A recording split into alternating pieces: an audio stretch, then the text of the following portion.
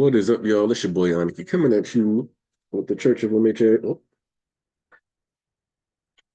season 5, episode 12, in MHA chapter 424, live reaction and discussion. As you can see, we hanging out with my little daughter. Say, mommy's at the gym with the fam. Mommy's at the gym today, so we got Jeannie from the jump, and we're gonna have she's eating some fried rice with daddy. You want some more fried rice? Yeah, fried rice eating baby. Yeah. So, getting things started. Let me put the close. Make sure this is set to not private, public, restrictions, no. Okay, no, yeah. Hey. You don't got a screen.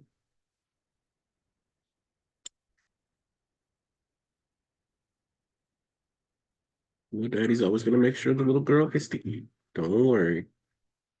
Uh, let's see. Customization. Details. Do. Hmm, hmm. Let's read it. All right. Alrighty.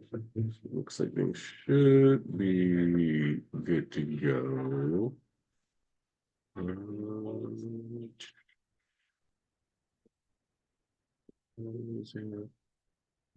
Sorry, looking at something in my settings. It's being a little funny.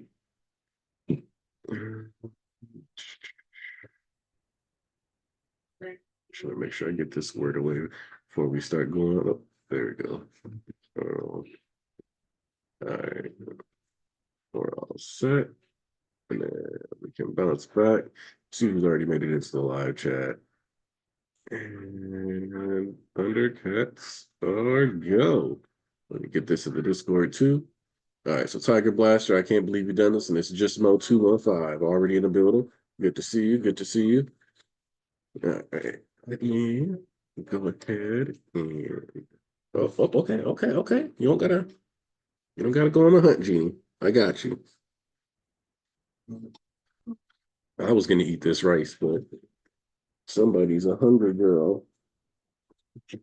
All right, so let's get this set in the Discord. Oh, and boom. Everyone. You gotta do your due diligence. Let me know if you guys can hear Miss Rachel, by the way. Because I got her on in the background from my little Jeannie Bean. So if you can hear Miss Rachel, I gotta turn her down so I don't get sued or copyright struck. Hey, what's more? No? Okay. Yummy, yummy. All right.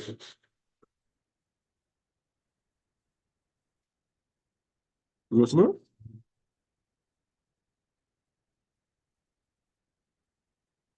Yeah.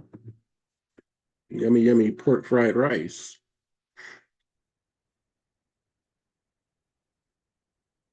Chinese food for breakfast. All right.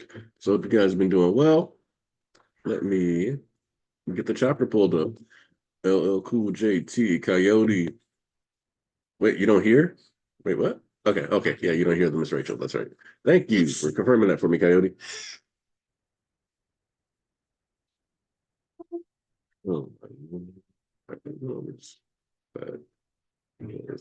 okay. Hey.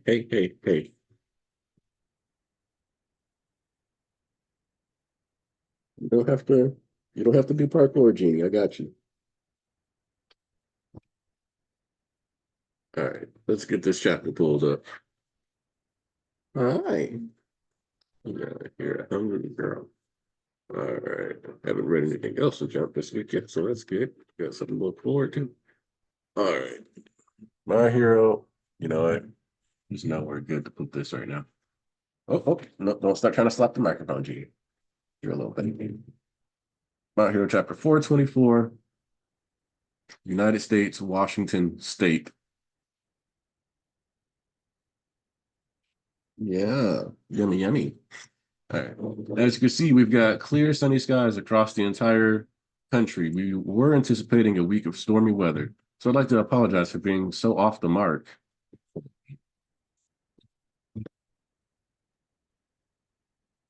Please, Meryl, no more weird outburst. Okay. So, but hold on to your hats, folks, out there, folks, as we are expecting some strong winds. Yes, the gust that blew that day came in the wake of a great battle.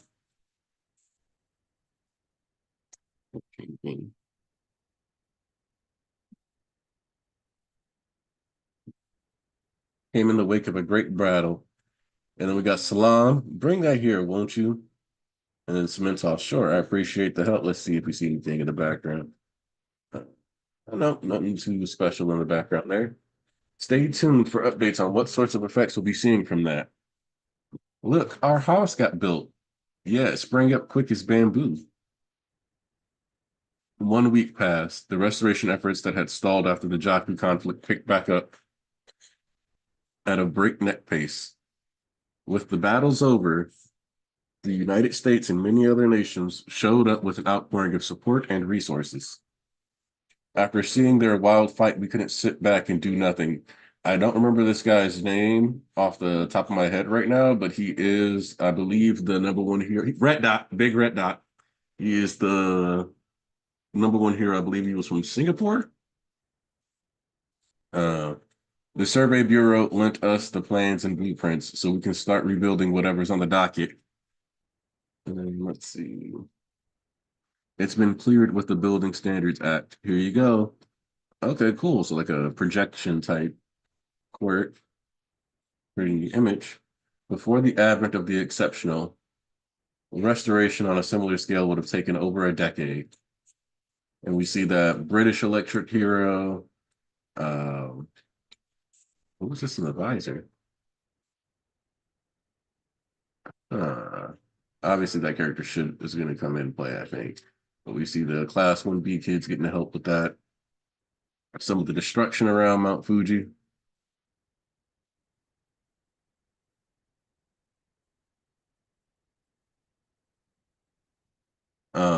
But with so many capable quirks devoted to the effort, it shouldn't be long before things won't ever be back to normal.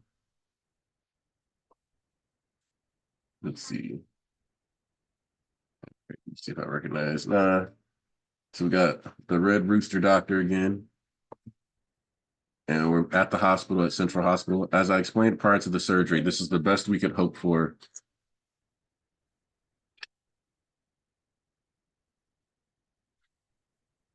And we see this as Bakugo surgery they're talking about. This is the best we could hope for. I promise you, we did all we could, especially after seeing your son's exploits. A great number of bone segments had to be joined and set, and I can't guarantee that any amount of rehabilitation will give him back the use of the arm. If he's determined to do work as a hero, he could consider a prosthesis like Mirko. Rehab, screw that, lop it off. Oh, wow. I did. That's a crazy way to. Oh, all right. Well, we learned something new about Mirko there. Uh, nah, forget that, Bakugo says, because my quirk comes from my palms. Katsuki, plus he never even had one. Give me that rehab. Bring on the pain. The sooner the better. No, only low effort exercise for now. The shock on his face. More than your arm, the problem is your heart. You'd be dead without Edshot's masterful suturing, which helped restart your heart and lungs. I have no idea how you managed to keep fighting in that state, and I'm frankly flabbergasted that you blasted your way across several kilometers after that. You were given a second shot at life, and you heeded the call. In any case, my only prescription for now is bed rest. Are you awake? Oh boy. Here you go, little baby. Some more rice. Want some more rice? Yeah. Extra rice for my baby. Suka Uchi arranged it this way. Oh, they're short on rooms, and this makes life easier for the guards. And Deku asks, how are you feeling? They said they never had to use quite so many bolts to cobble together someone back together. How about you, Midoriya kid? I'm getting back some feeling in my arms. I couldn't save Tenko's life. Even after reaching into his heart and shattering that hatred, Tenko remained the League of Villains leader to the very end. Oh, it's okay. You don't have to yell, Jamie. Speaking as someone who went through a near-death experience, I want you to ask yourself, what was the look on his face in the end?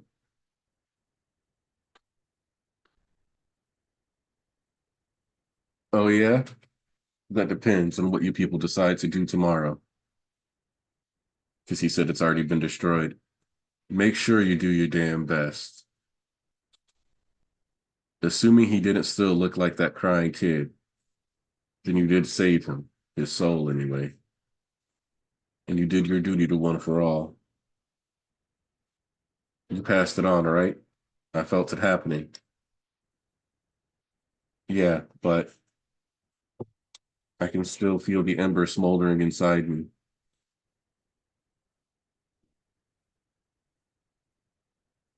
There we go, Genie Beanie. How the hell are you up and about? Yep. I'm glad that Bakugo can once again flex on Mitsuki this hard. Kanchan, you're okay? Phew. Sorry about him, All Might. He was just worried about you. You too, Deku. Sorry. Wait, the Ember, huh? You mean you're quirkless again? And we see him thinking back on the All Might cards. Yep, but I never had a quirk in the first place, so I can't be too broken up about it. Besides, I couldn't have transferred it without wanting to. My time with it gave me a glimpse of the most amazing dream.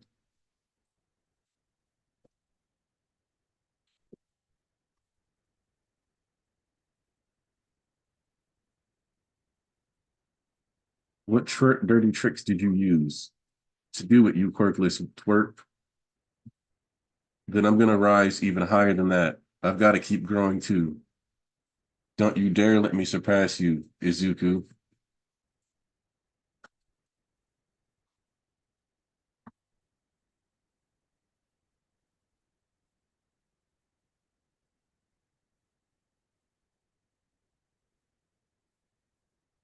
Huh? Watch on.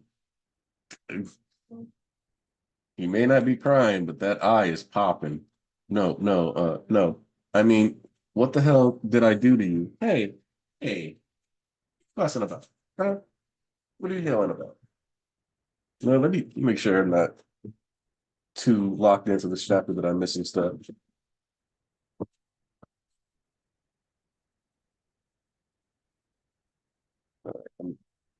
All right, we got Derek W. I can't believe this. I always like when Horikoshi brings in his nameless background characters. Big Red Dot. Yep, Singapore is nicknamed the Little Red Dot, I believe. So Visor is supposed to be Koichi? Okay, okay. I'm glad even the doctor is wondering how the hell he's alive. Man, official translations are way better than fan translations.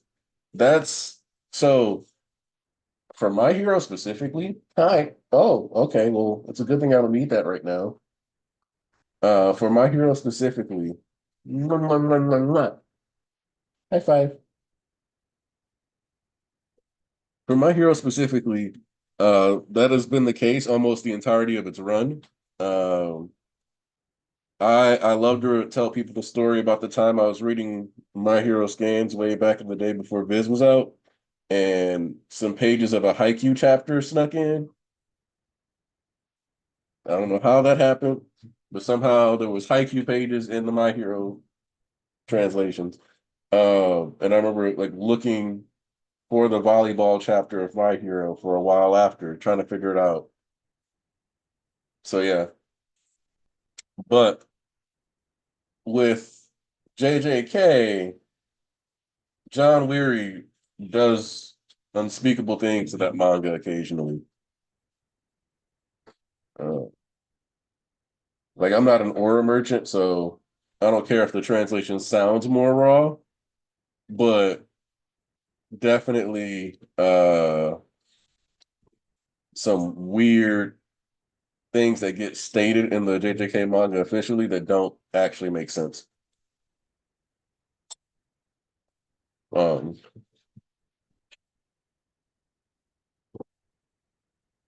with like the whole story. So that's the only example off the top of my head I can think of where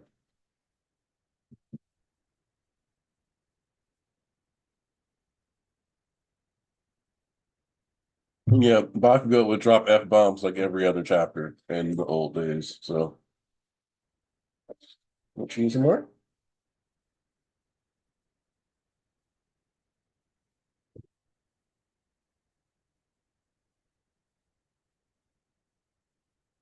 Yeah.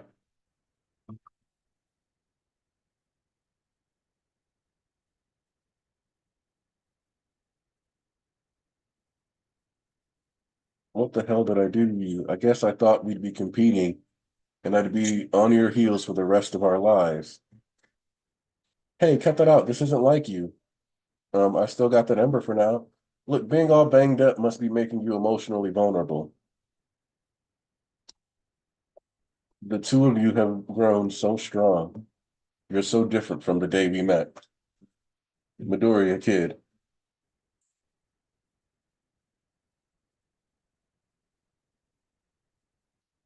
when I saw you diving into the fray that day, you were already a great hero as far as I was concerned. But now, the way you're encouraging the world to get back up on its feet, now you're a great hero to all of them too. And you made darn sure I'd still be around to say these things. You hear me, Bakugo Shonen? To my pair of great heroes, I say thank you. When I was little, I thought that when the big battle was won, peace would be restored just like that. However,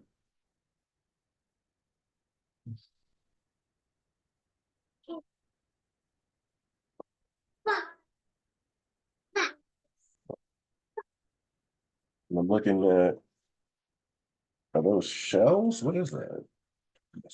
Pieces of bark? I'm confused what I'm looking at here. Somebody who read the scans has access to some extra information or an editor's note or a translator's note that was included to say what that's supposed to be in the panel between Ochako and Shoto.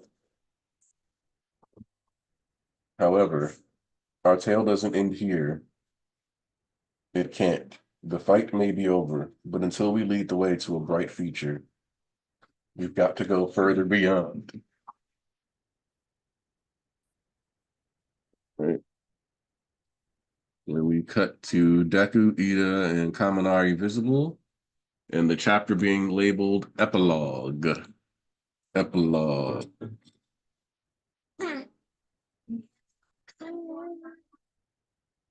Ah, that could be Spinner's scales. Uh,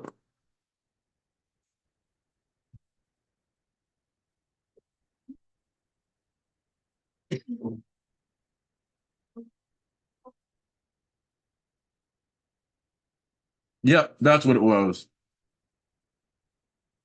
John Weary saying that Gojo had cursed spirit manipulation and can't do Black Flash. Yeah, 8 to 10 years with a different world for reading manga weekly. It really was, though. It really was. Because, like, I don't think the Viz Shonen Jump thing started till like 2018, 2019. But they kind of changed the game. Like, it's even though people don't like that, okay, okay, okay. See, why are you trying to get down if you don't want to get down? See, you doing baby things right now. You're trying to see the TV and you're trying to get down, but you still want to sit on dad's lap. Yeah, fussy butt. Yeah, fussy butt. Yeah. No, no, no, no, no, no, no. But um Spinner narrated part of the story, so I'm hoping that those are Spinner scales. Um Manga section was like one row at Barnes and Noble. Man,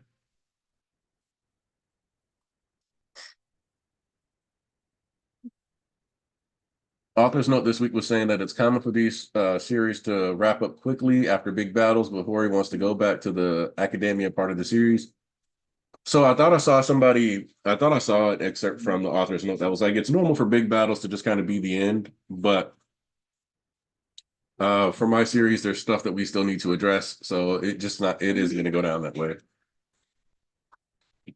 Um, I am not, I don't think it's trash writing that Deku is quirkless. I want to make that clear. I just think it sucks for the lad. Like, like how you just said, Derek, I wanted him to live his dream. I don't want him to have to be quirkless. Like that makes me sad, bro. But and that's the thing too, is that as much as like Bakugo wanted an absolute victory and the kids were talking about an absolute victory, it strongly feels like we're heading into the hey, hey, what you doing? What's my Princess Fussy Butt doing?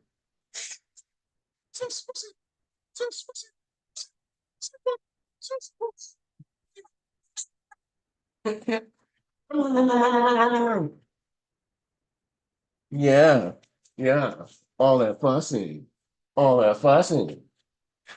No. So the thing with Deku is that like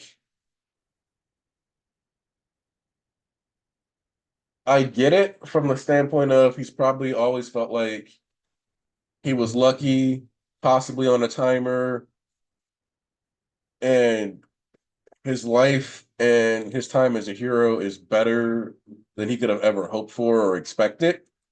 Because like when you're born quirkless, that should just be the nope, that dream's done. You don't get to be a hero, you don't get to um any of that stuff. You're just done. Um and instead he got to spend like a year, 2 years with his greatest like idol, hanging out with him day to day, teaching him things, helping him grow, getting to have what was like one of the most OP quirks in the world. Uh, just so much of what he's lived has been so fantastical and beyond the scope of what he could have ever imagined. And he's already technically saved the world from the biggest threat it will face beyond somebody just straight up having a black hole quirk they can't control and destroying like cities at a time or some shit like that. Um, so outside of trying to beat quirk singularity, which to a certain degree, the modifications that Shigaraki got, he has technically achieved. He's done so much and has fundamentally been the greatest hero for at least a moment that I get wanting to be able to do it more. But it's also kind of like how I talk about Gohan, where I always say that people who are hard on Gohan for hitting the books got to understand that that was an 11-year-old street nigga who finally got out of the gang shit by the time he was 17. And while it's not exactly what you want to see as far as action goes, kind of want that for a kid character. I mean, like, you don't want a kid to just forever be grinding and miserable, right? Like, you want better things for them. You want way better things than that. All right, so I need you not to knock this off my head again because I'm about to send you the invite link. Okay, can you do that for me, precious Father? Mm-hmm. But Deku, in the context of this verse, I want my man to get to to be that hero still. I don't want him stuck on the bench. And I love that Bakugo despaired, similar to how uh what you call him? Endeavor despaired when All Might was done. He's not happy with the idea of Deku not getting to be a hero anymore. And the thing that's a really good sign of growth is that he actually didn't expect to be number one. He saw Deku's shadow as a place that it was fine to be. Because he said, I would be on your heels. He was just going to keep trying to find ways to improve and be close to Deku. He wasn't necessarily expecting to truly surpass him. And so to see that like one of his greatest motivators in life is just gone now, and someone that he tore down and he wanted to actually see and like having such a shift in perspective on lose so much.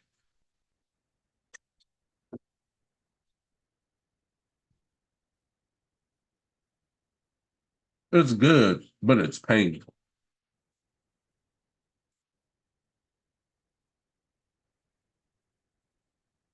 And Was a good the game. what up, Coyote? You got Ponzu connecting too. Yep, yep. And the controversial take that I have is I uh I want Eri to not be as damaged as she thought. That's And I want them, controversial. yeah, I'm sure it is, because there's people who probably be like, it's not real stakes if he doesn't lose his quirk, blah blah blah. No, free my boy. Yo, Was good, Ponzu. good, good, good, good, good, good. You're muffled a I little just bit. More muffled okay. because You there? Yeah, you're good now. Okay, fine. Uh, I'm using my phone at the moment, that's why. So, yeah. So, what did you think of the chapter, guys? Sure, I'll let Anarchy spit off what he was about to spit. so Okay.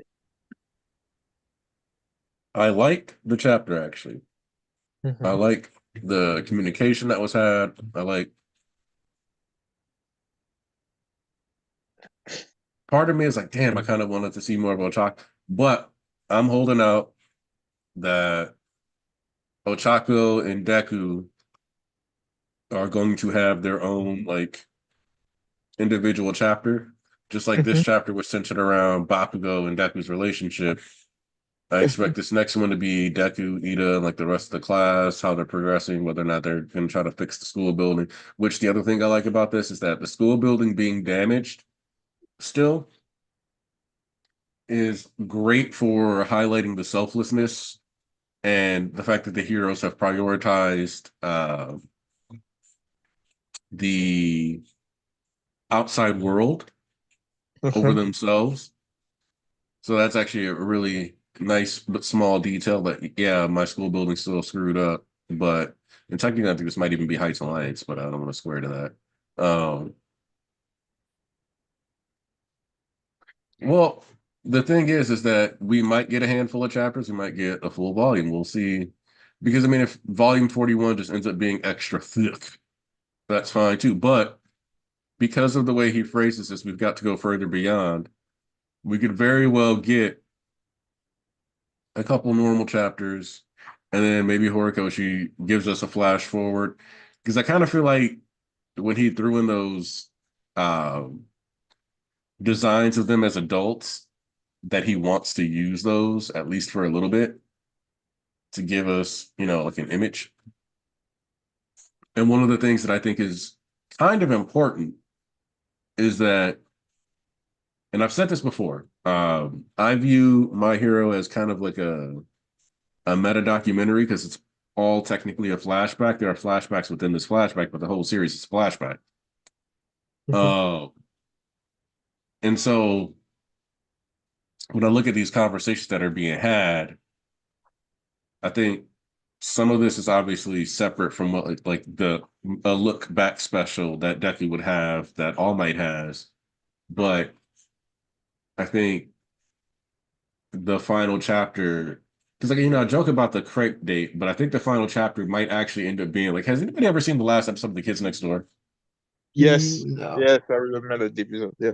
So for people who have not seen the last episode of A Kids Next Door or Kids Next Door, codename Kids Next Door, the final episode is explaining how number one left the planet to join the Galactic Kids Next Door. But in between, there are live action segments where they are interviewing like numbers 2 through 5 as middle-aged and older adults. And they're kind of talking about their relationship because they all get recommissioned for this interview section. So they're adults with their full memories of the K and D back. Right. And I kind of expect, similar to how we saw those interviews with Snipe, hey, what you yelling? Mwah. You don't need to yell. You're a precious little baby. Kind of how we saw like those interviews with Snipe about Lady Nagant, some of those other styles that we've seen throughout the stories. We're kind of gonna maybe the last chapter is us bouncing between people like Spinner, people like Bakugo, and us getting these sitting in the chair talking about stuff moments. And we just kind of wrap up with like Deku talking to someone. And that's like the final scene of the series. Hey, how's my daughter? No, you do not need to come home. Go finish your workout. You're hanging out with your in-laws without your husband. I think it's an important milestone. Cut it out. So yeah, uh, I liked what you said about the school, the way that the hero that shows how selfless the hero are. That didn't pick up on that, so that was a good remark. And next to this is like for me, this chapter was the beginning of the end. You know what I mean? So Yeah. it was, and I think, like you said, the relationships that every chapter will focus on one or two relationships, I think so, of Deku. This one was focused on the relationship with the first episode, the one of the first chapters. So you get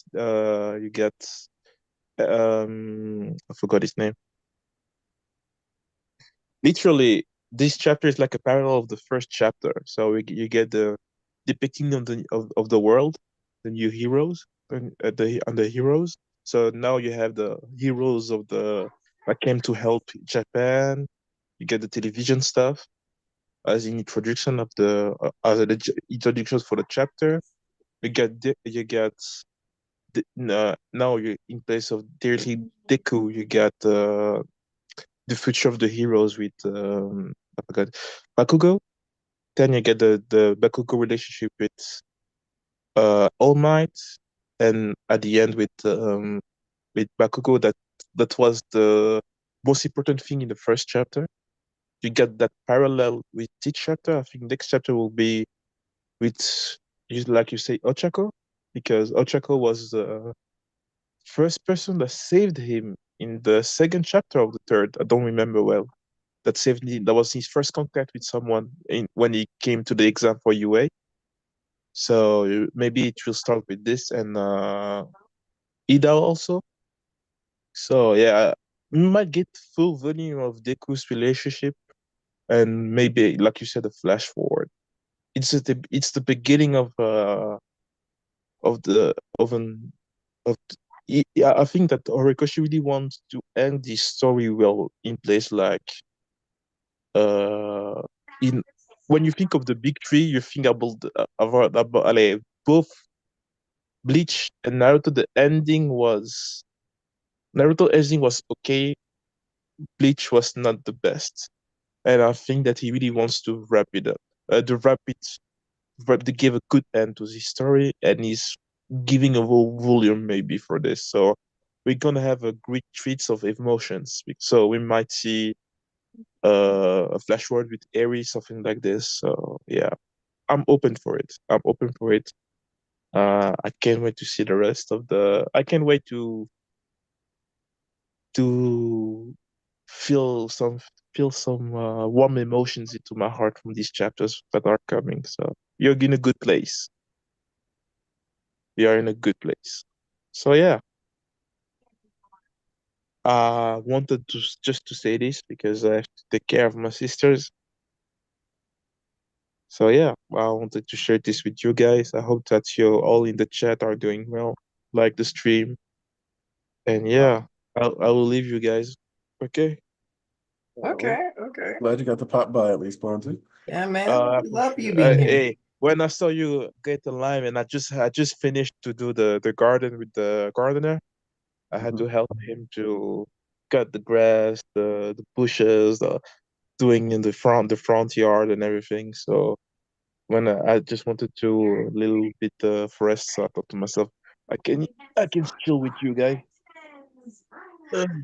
Hell yeah, man. Squeezing in the time. Jimmy, I need Thank you to you stop trying to rob me. Don't eat that. Don't eat that. That's a cord. guys. uh, So, in case you guys ever have a kid, if you don't want them to eat something, but it's not dangerous, you should probably still take it from them because your kid will get used to you taking stuff from them. mhm. And what'll end up happening is that sometimes, oh, you didn't take this from me. Oh, again, my mic fell. I'm so sorry. Uh, I'm so sorry for whoever's ears got blown up by that. Um, but they'll go, oh, you didn't take this from me, so I can eat it, right? And just boom, pop it in their mouth. And it's like, no, no, wait. I'll let you keep that because it wasn't dangerous. That doesn't mean I want you to eat a piece of wood. Uh, Yeah.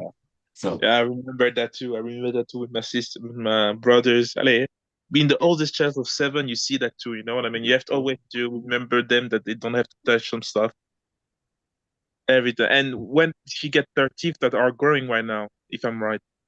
oh yeah, she's got. Can you show them the teeth? Taste, Yeah. So taste, right now she's feeling the taste. tinglings on her teeth, so she's trying to beat everything and other stuff just to help her to. I remember that when my who was doing that a lot? I think it was with my little brother back in the day. One That of he my was little trying to sisters get. used to eat books, so Oh man. For me, it was my brothers and sisters, but my second sister, and my brother, they were trying to poke in stop contact. Wait, the where we put the when you what you know the I forgot the name of it. How can I not put a name on it? So the stuff where you have to put the charger on to charge your phone. What do yeah. we call it? Oh, one of the charging blocks. Yeah, charging blocks and everything. They were trying to put their fingers in it. Uh, Oh, uh, they even broke back in the day. They broke DVDs, players, and everything because they were always trying to play with it. Like when we turned our back every time. Oh man. Oops, So super chat. ooh. you hit that, super chat. Mr. Andrew came through, asked in the Discord, but interested in your thoughts, Aniki, of when you think Corey's mind changed from MHA being about next few users to AFO Central. Um, I don't think it was. So I think once you get back to One for All not being able to be passed along, I think it became very clear that he wanted One for All's legacy, even if he decided one day to do more with his universe, he wanted One for All to end. And I think that's because if you're going to look at this series and you want the long-term health of the series to exist, and you want to do a series with them as adults, it's really difficult to justify the series going forward or any conflicts. Because, like, okay, One follows the world breaker. niggas were scared to step on a line with All Might existing. But Deku is everything All Might had and more. So why are you even looking at? Why are you considering jaywalking, bro? Why are you Also, even if thinking there about was a follow jaywalking? up, it would be like more villains would be willing to step up to play because Shigaraki and All for One, the main leaders, are gone now. They're afraid of All for One. Overhaul said that now Yep. that he's gone, we can start making moves. So it's like there's a whole bunch of, and it is worth noting that on the villain side, it was stated that All For One going away had more influence on some of their actions um Then All Might. than All Might. Because like Coyote just pointed out, Overhaul didn't mention All Might got put in jail. He said, All For One's gone. We got confirmation that the boogeyman's locked up. So I think to a certain degree, All For One was always this great looming evil.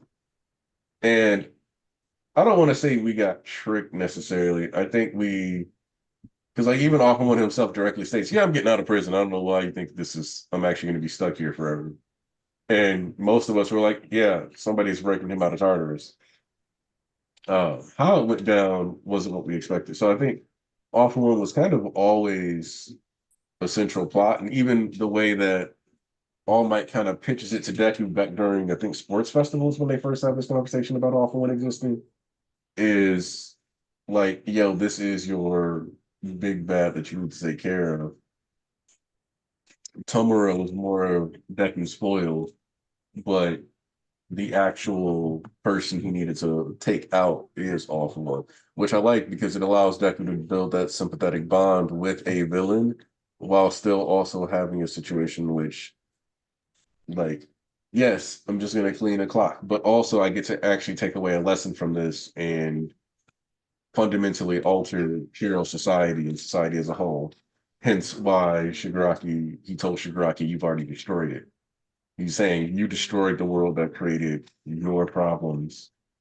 And that's why Shigaraki's response, which I don't think, which it might have actually been said in the last chapter, maybe I'm tripping, but when he says, like, that depends on what you do tomorrow, is him being like, okay, maybe I destroyed it, maybe I didn't. We're going to have to find out because I didn't destroy it in the way that I envisioned. But if you guys can actually change and do more with what. I mean, like the thing is, Deku and Shigaraki's like ultimate goals were ultimately not different. Like they wanted to make things better, essentially. Like that was the whole reason why Shigaraki did the whole destroying thing, is like he just did it in the most heinous, despicable way, true, but like he was still doing it for other people. And I found it interesting that Horikoshi's conclusion of what the greatest villain would be is also not that different from what the greatest hero is. It's like it's somebody who does things for other people. And that's why All For One was like, completely selfish, completely self-absorbed, me. Even with, even though he loved Yuichi, even that was just like, it was all about him, how he felt, how he wanted to see him. So when, like, that's why he's kind of been, like, that's why he has the piss taken out of him this entire final arc. It's just like, you're absolutely terrible and pathetic because you're not doing something for other people. And so, like, you're not even a great villain. You're just an absolutely awful human being through and through. As that feels poetic, and also like, here's the thing with AFO's final bid for power. He screwed things up for himself in Shigaraki there. Like, if he had not taken over his body and he let Deku do his thing, right? If he hadn't tried one last time to get revenge, which is ironic because like Yoichi wasn't even fully gone at that point. So like he was raging at Deku for something that technically hadn't really happened yet. So if he had just if he had just stood by, then Shigaraki would have been alive, and then maybe he could have taken him over at another point, right? But it's like he couldn't do that. He just he was too blinded by anger, and yeah, that's why things ended up as they did. Also, hi everybody. Welcome, man. So, Welcome. am I coming through at all? Yes, sir. Okay, all right, good. Because I tried saying a few things and no one said anything, so I wasn't sure. I just don't like interrupting people during like talking. I think Aniki was talking, so I didn't acknowledge it. Okay, sorry. It's all good, Chief. All right. Now, what were you trying to say? All right. No, I just waited for a vote to finish so I could just make sure I was being heard and everything. Is there something you want to talk about then? Um, I mean, I like that we're getting an extended epilogue, because I can think of quite a few other series that, probably could have used more of one. Uh, Naruto. If I'm honest, all series should have extended epilogues. I mean, like this is rare, right? Because like here's the thing with shonen, and especially in Jump, it's like with action shonen, it's like you're expected to like keep delivering highs and big thrills as like boom, boom, boom, one after the other. But like the benefit with MHA was that it wasn't just that. It was more so like there's a lot of action, but overall, it's more about the coming of age stuff than it is like straight combat, right? Like you compare this to Jujutsu Kaisen, JJK, I'm going to tell you that that series is definitely wrapping. It's like its epilogue is going to be like 2 to 3 chapters as well. So it'll be really fast. Oh, super chat. Hmm. And it's a response to Volk. Nope. Mr. Andrew said, I get that, Vulcan, it is poetic, but it also makes the story anticlimactic or even less epic. It's making the story, quote, worse. And he puts it in quotes. He literally puts it in quotes. He also Well, put epic and poetic in quotes, but yeah. Well, I mean, the thing is, like, they kind of both shared the main antagonist role, ever since like PLW kind of made things clear. Um, and that was my stance on it. Is like they were ultimately both the main villain of the story. Like you had the personal foil with Deku, and Shigaraki was the one driving the plot forward, but AFO set everything up, and he was like Shigaraki was not thinking about how to hurt Deku personally like AFO was. Like so you needed Shigaraki didn't really care about that. Deku was his enemy, like his chief enemy for sure. But like he was just about I need to get you out of my way. Results first. Whereas All for One likes to play with his food before he eats it. So um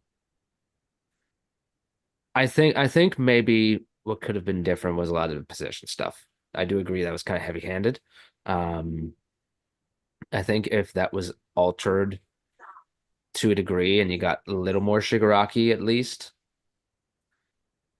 because I think the back and forth is a little much, to be honest. Although I don't know, maybe I'll feel different on reread. Uh, but I think the big question from this chapter, though, moving past the Shigaraki stuff, is Deku, because well, he's quirkless right now, and if you're taking him at his word that he's like okay with it, that he's like fine with this being it for him as a hero, you're not really seeing the rest of the visuals in chapter that shows him like shaking and crying. He's not happy with this.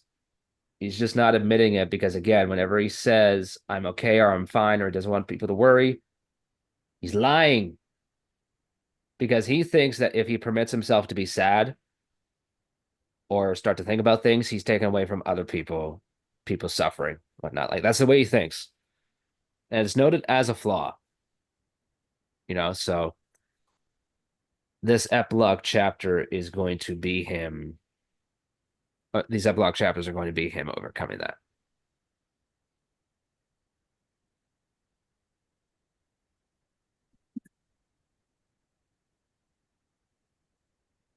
Sorry, zoned out. So you're saying that pretty much that Deku being quirkless is just people not really understanding like Deku's emotions yet. Would you say actually that because I've read a lot in like the English Fridays and other crackhead is that this is a new thing for Deku where he just bottles it up and doesn't change, starting from like the PLF war. That this is new direction Hori went in with Deku. Would you say this was always a thing for Deku, or Well, I'd say it was always a thing. Like, I mean, remember Overhaul? Like when Ida's asking him how he feels, and he has all this he has all this turmoil with Mirio and his status as a one for all successor and his own worth as a hero and all these things. And Night Eye died, so he's not feeling great about that. And he says, "I'm fine." Like that's him bottling it up. Like I think yeah, I think maybe certain details changed. I mean, like the actual burden of One for All, like the larger scale implications of it, that came crashing down on him when All Might told him the story about All for One. Right? That's when he realized Yeah. how big this actually was. You know? So, and like this is 10 years of planning, so I think some things change, but I definitely think this element of Deku has been there since at least Overhaul. okay, because that's a common criticism now. Is like people are saying Deku doesn't really think or show emotion when Yeah. I think mostly for Deku is just like reading between the lines about how he is mainly, but Yeah. Like you got to understand how he acts before like you take anything he says seriously because like I mean like he's full of shit during the Dark Hero arc. Like Bakugo straight up says like no, he's full of shit. Like he's not being honest. Like and him being full of shit is paradoxically kind of like he's so selfless to the point you can argue he is kind of also selfish in a weird way. Like he's thinking, no, this is the way it has to be. I'm going to be this way, and I'm going to suffer so everybody else doesn't have to do so. It's like that is kind of a selfish thing to think of. Is like this is all me. I have to take care of this, yeah. right? So I and wonder if it's like a writing style preference that people are not really yeah, rocking with it because there are some people who just want things like literally spelled out for them and like people thinking, and there are some people that don't need that and just are okay with like reading between the lines. So I uh, wonder if this is just an issue between like reading preferences or yeah. not. I mean, So I'm gonna say it okay, like this: Deku is one of the least monologue heavy MCs to come out of Shonen Jump. Uh, and I say aside from one of the like least. your straight idiots like Luffy and Goku, right? Even Luffy has more direct monologues Yeah. than Mhm. Deku. Part of that is obviously series length in that regard, but still, like when I think of characters like Deku, the only one other one I can really think of off the top of my head right now is Ichigo. Both of them, like occasionally, was like, "Look, I'm just trying to protect people." Ichigo at least got the full bring arc to dive into his psyche more, but it really comes and like to a certain degree, if the story were to have 2 to 3 extra arcs and this wasn't the end of it, I would definitely expect Deku to have that same situation as Ichigo did during the Fullbring arc. For those of you who aren't aware, or because you've always been told the Fullbring arc is bad, and maybe when you experienced it, you weren't thinking about theming and all that other stuff, like because cartoons are for kids, blah blah blah, whatever the reason is. But like the whole a good portion of the Fullbring arc, as far as the dissection of Ichigo, is he is willing to deal with shady individuals who he doesn't really know anything about solely for the purpose of getting powers back because he cannot stand the idea of actually sitting on the bench while his friends risk their lives. And that's the thing They with Deku too. they have not asked him to go get his powers back. They have not requested that he get his powers back. They didn't go, hey, I ran into a soul reaper the other day. They were looking for you, bro. Like nothing like that. Ichigo of his own volition said, I want to be a soul reaper. I want to have powers again, and I will deal with these questionable individuals to get that power. It's a safer deal with the devil arc. Um, So this was after Aizen, but before 1,000 Year Blood War, right? Yeah, yes. yeah, it's like 50 chapters in the manga. Like, I mean, he actually I think Kubo's original plan was going to be to end with Aizen, but then they convinced him to keep going. So it's like he brought the Fullbring arc to kind of bridge things. So I'd have to go back into the details, but I think the original ending was him going to be losing his Soul Reaper powers, but I'm not sure. But I don't know. So he says it's goodbye to Rukia and stuff. So the thing is that I don't actually think Aizen was supposed to be the end, and the main reason for that is because there's a lot of small details in early Bleach that hint towards Ichigo being a Quincy. Yeah, like the Quincy Star when he goes to Soul Society. You Yeah. mentioned that before. So there's like a bunch of little stuff to Okay. build towards him being a Quincy that just would have never gotten addressed. So from that perspective, I'm like, he probably had like more plans after that. So But I thinking think about Aizen oh, was sorry. structured as a safe ending. Like if they wanted him to end it, he could if at any point somebody was like, "Oh, like you got to end the story here," like he would have been able to do that, and it would have worked fine. That makes sense. So Okay, yeah. Yeah, that makes sense. Um, so then with Deku, there's probably like 10 chapters after this, then. Do we think that those embers gonna kick into gear and fan the flames for the new fused quirk? my hope is that's what happens. Because the thing is that I think Deku, because like he has like these somber looks on his face while discussing all this stuff. And I feel like what's actually being highlighted once again is how heavily he's bought into the idea that like the strongest people are always smiling, which I also find fascinating that he still clings to this so much when he let go of it during the Dark Deku arc. And what's more, it's a philosophy that is very steeped in All for One. Uh, he's the one like that's always cheesing. He's always smiling. He's always being ecstatic. And like when he finally stops smiling isn't until pretty much the end of the series where he realizes like, no, you actually aren't going to get to be the villain lord. This body's ruined, all this other stuff. That is finally when All for One's smile breaks. Because he was smiling so wide against All Might that he ripped his face in half. He was desperate to get past Bakugo, and it wasn't until he reverted to a baby that that body stopped smiling, more or less. So it's kind of like we kind of got to see with Deku. Like I really need to see him hit a low point because one of the things that I noticed is I don't recall because I was thinking about this before I like read the chapter this week. I was just kind of thinking about how I don't recall seeing the fourth user. Yeah, it's like I feel like Is that Danger Sense or Banjo? Yeah, that's Danger Sense. Danger Sense. Banjo is number 5. And so It's kind of sudden. It's kind of sudden. Like there, you you were talking about the Quincy Star and little hints with Ichiko. Like that's kind of the same sense I get with this, where like there are these little hints when you pay attention that something is actually brewing in the background.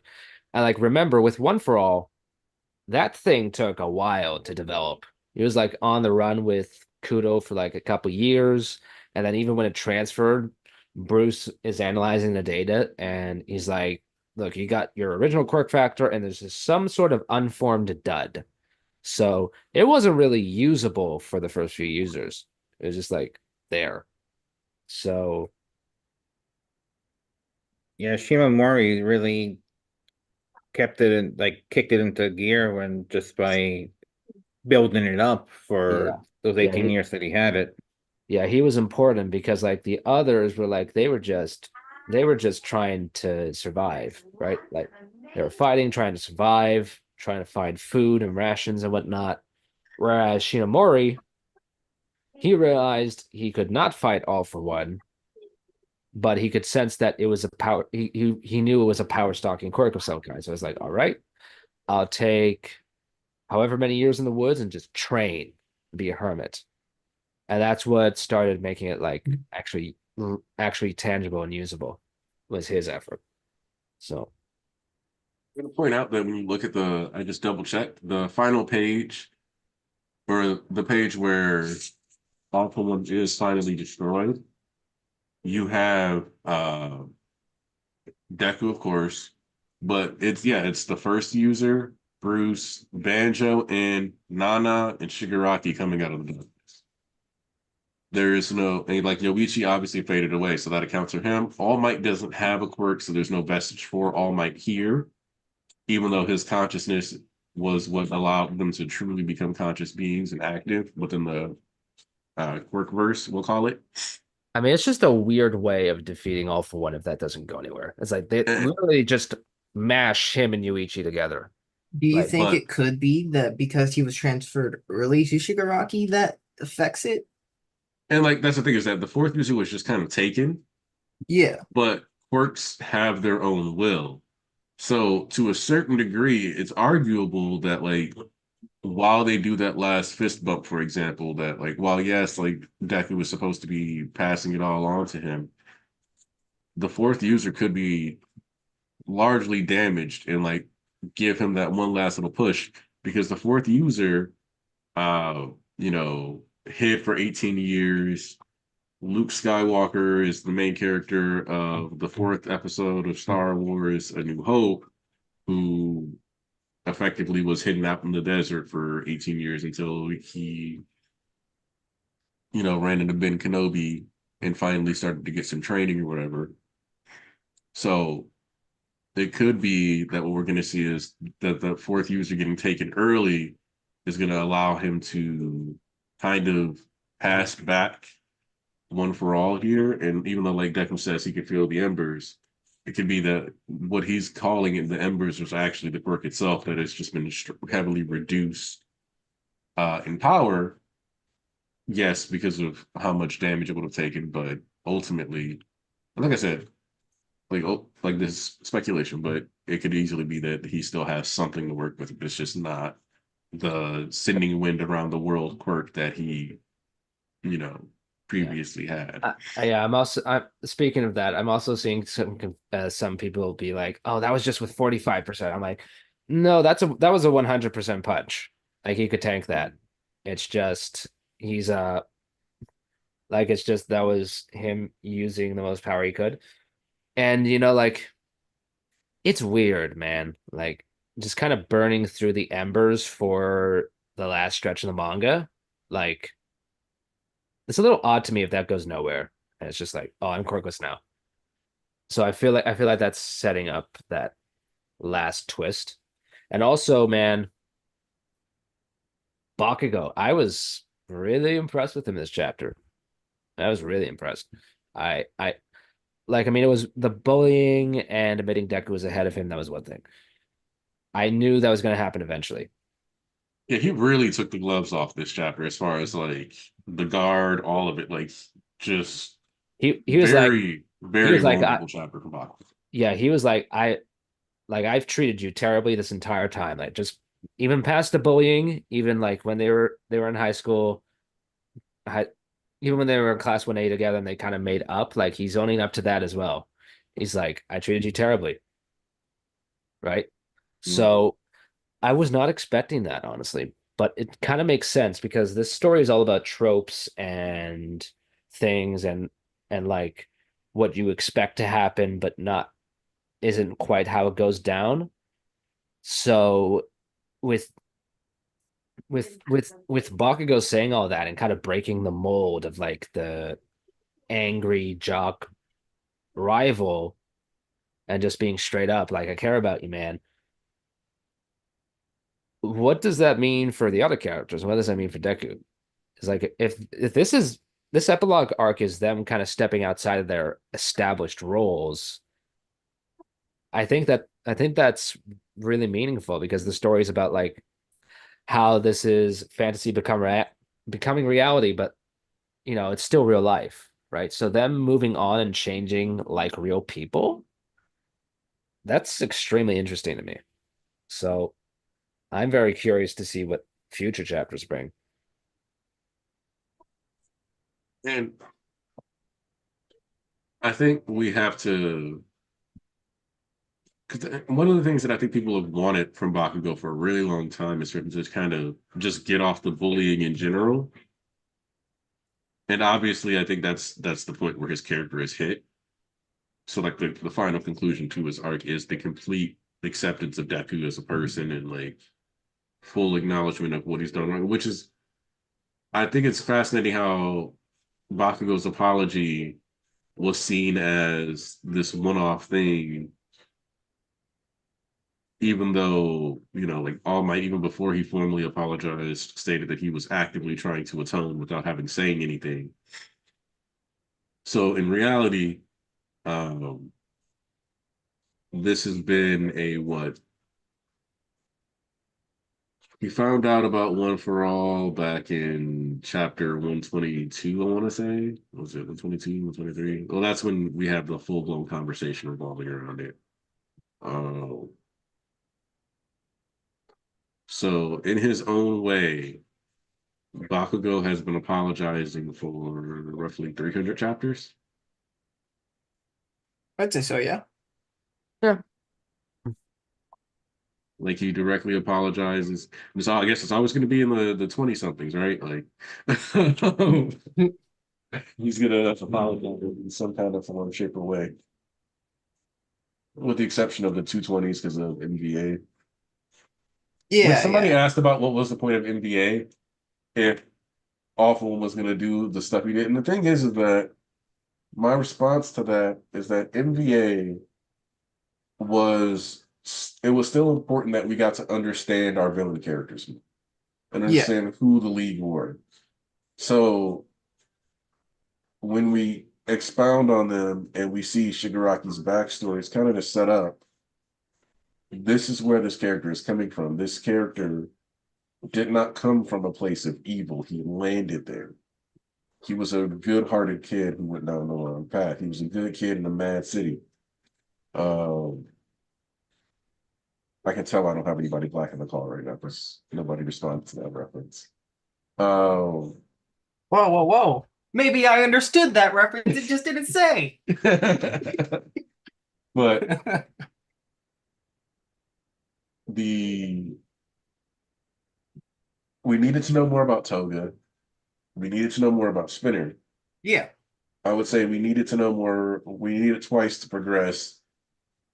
And that arc was a character exploration, but also a setup arc. It was designed to still explore those characters, give us the pathway to the conflict, and more or less set the stage for Shigaraki's final descent into evil.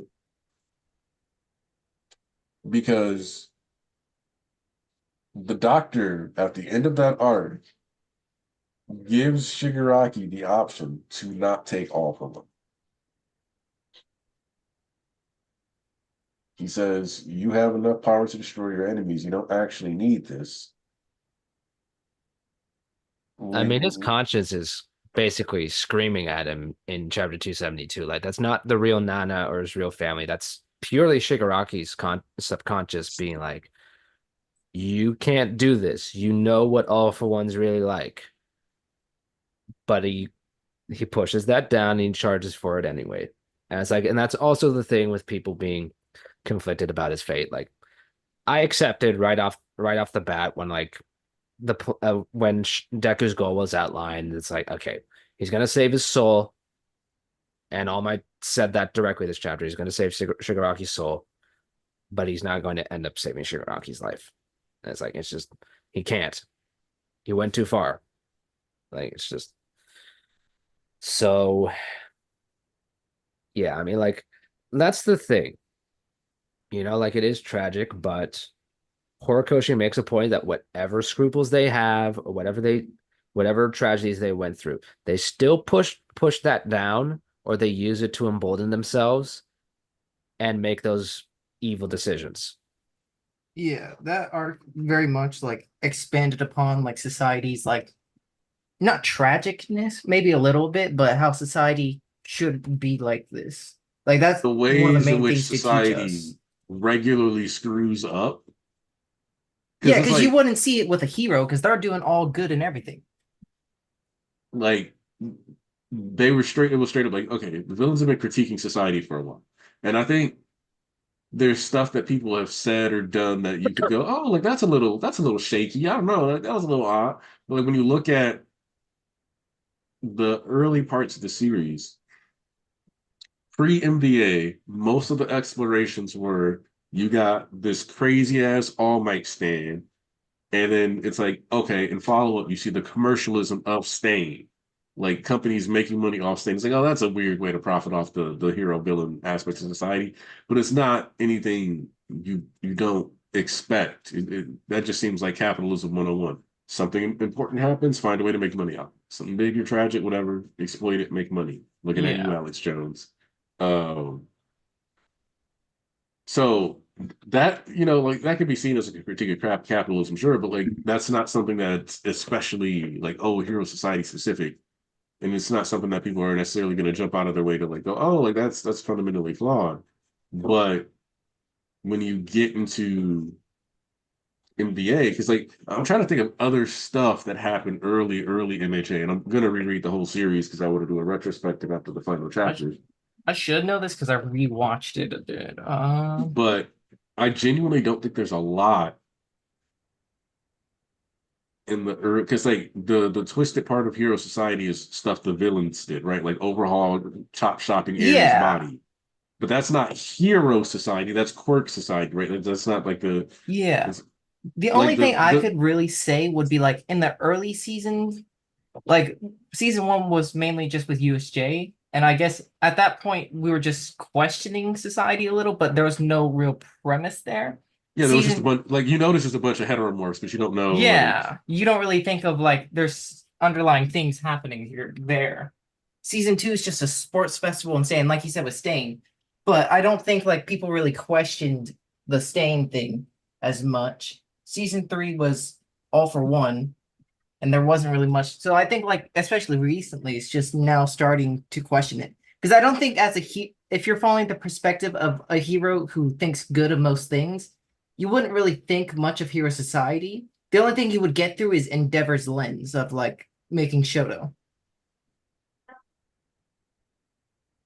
yeah, and like so it's like okay, like there you're like, wait, that's a little shady. That's eugenics, bro. Hold on. But even then, we don't get as much detail into like, because we got Shoto being like, "This is what my father did," and show and like Endeavor being like, "This is why I created you." Yeah, but like we don't have a lot of information, just enough to go, "Oh, his dad kind of sucks." Yeah, at that point, it couldn't have been like this was a society problem and more of like he's just a dog shit parent problem.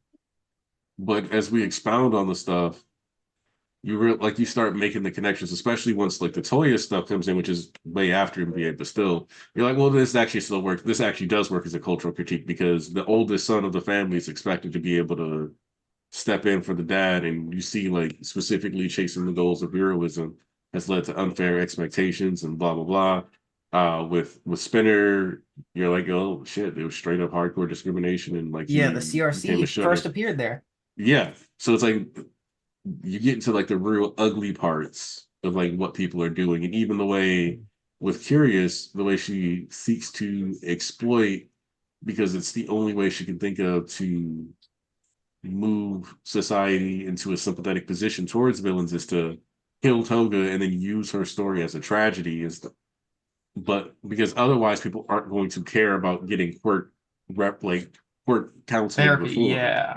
Like there's no reformation of court counseling if Toga doesn't die, is how Curious sees this. Which means that more than likely different members of the Hearts and Mind Party and the MLA in general in the past have tried to push some form of reformation on court rehabilitation or court counseling, and it just didn't stick or work Yeah. because people just didn't care. Not to mention the PLF also were a very major thing of we want to be able to use our quirks freely and not being able to is suppressing us. So that's another like thing you need to think on is like if we have quirks, should we be allowed? Because if I'm a cheetah person, I want to be a cheetahing, you know? Yeah. And that's the thing too, is that technically anybody can go apply for a hero license just so they can have quirk usage. Yeah. But the effort that takes, basically being told if you want 100% bodily autonomy, you need a license for it, is kind of wild. That is kind of a wild thing to have to like deal with. Yeah, I don't remember where I heard it, but I remember one person described it as saying like you need a special license to be able to use your left arm. I think that must have been in the early one, maybe by a doctor.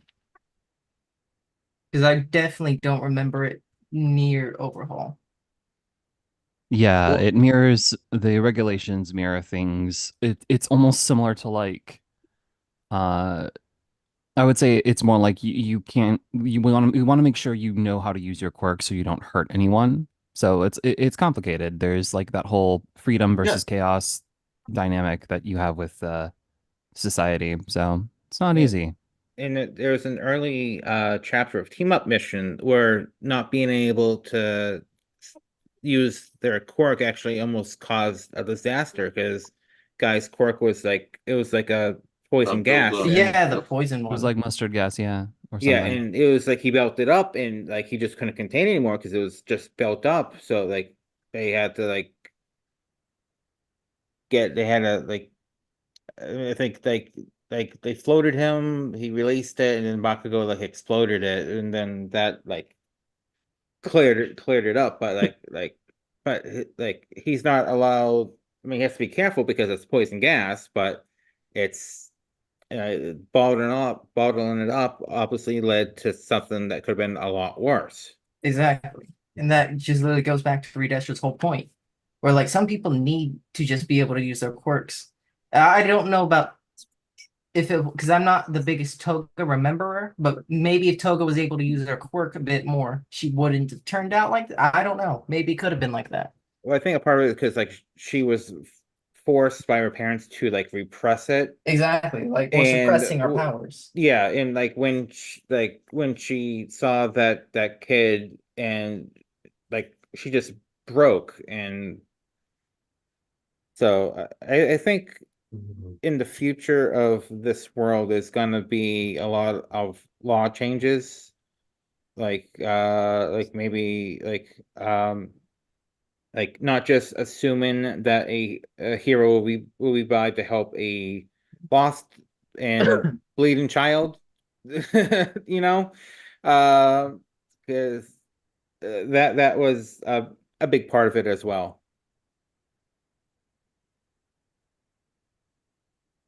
Yeah, for sure, for sure. Also, I'm not Also, sure if good we morning, noticed. What's everyone. up, Seth? Yeah, exactly. That's my boy.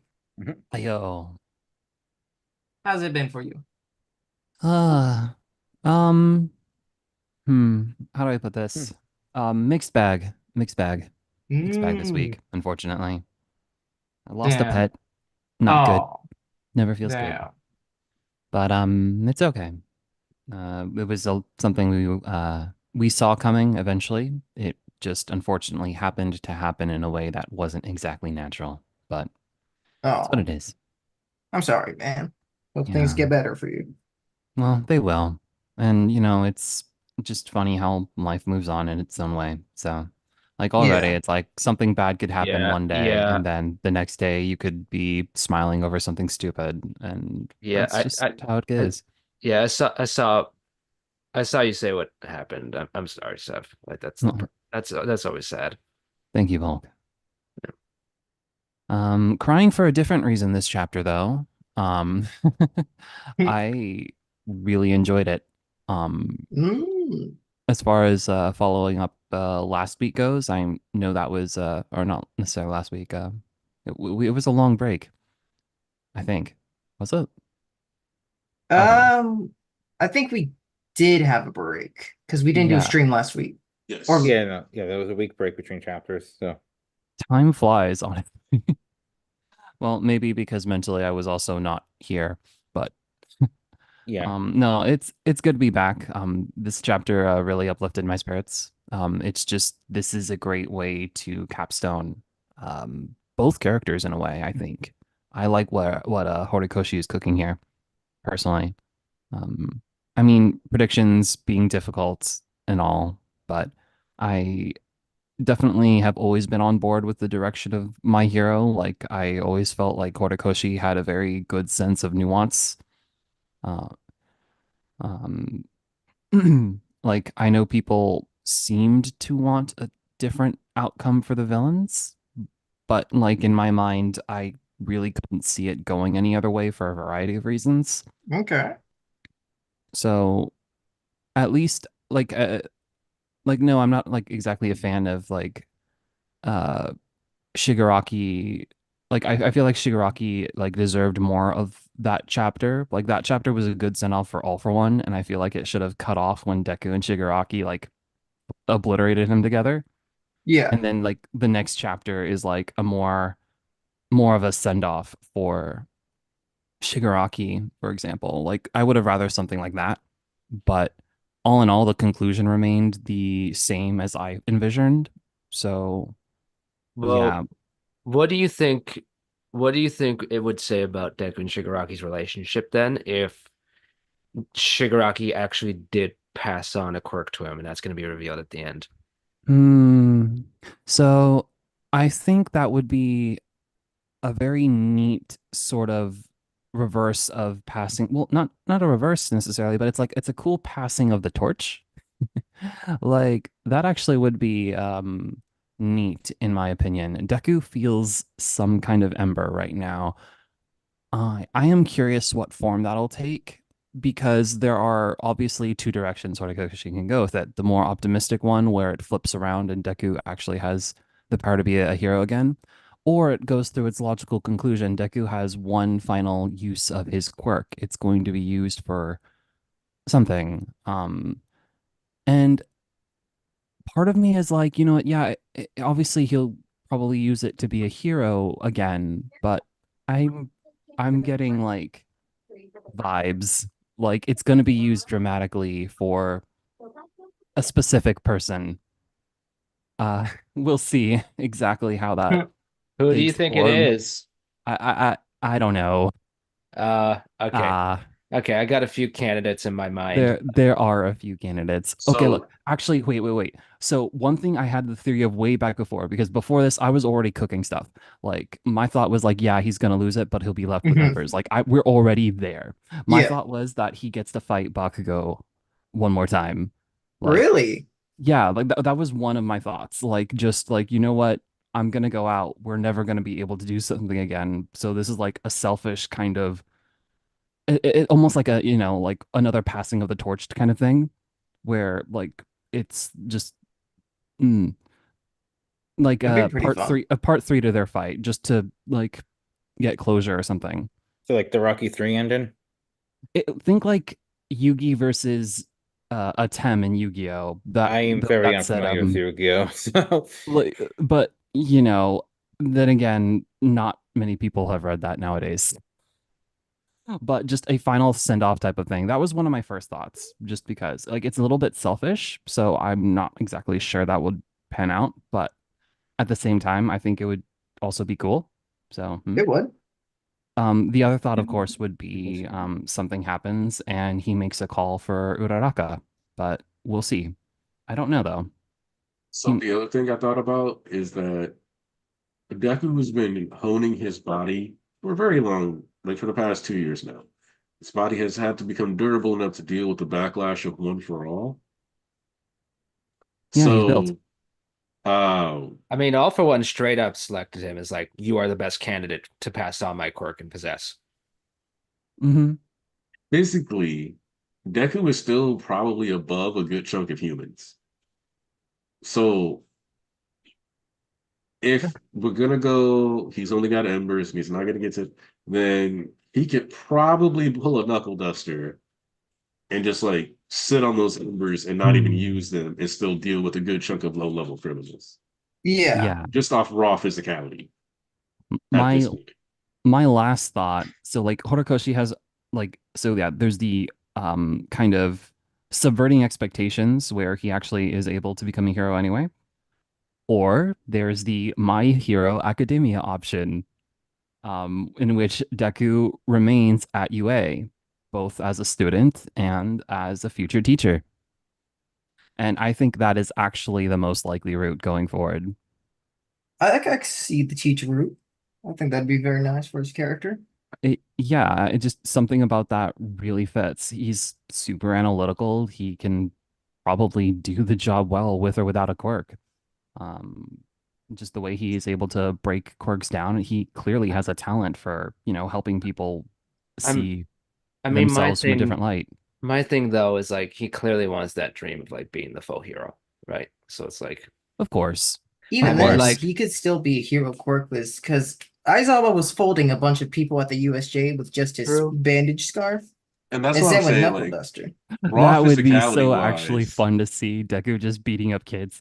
I mean, That's what I'm saying. Though, like Without raw a quirk. physicality wise, Deku is there now. Like his body, if your body can withstand the blowback from like because like the wounds Deku dealt with in this war weren't blowback wounds anymore.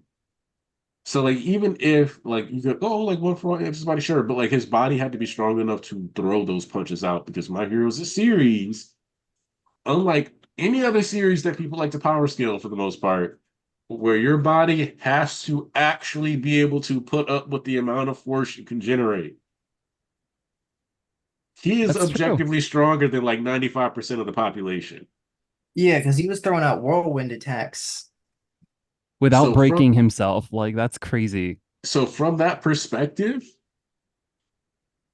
now thanks to One for All giving him a quirk that could force his body and push it to those limits.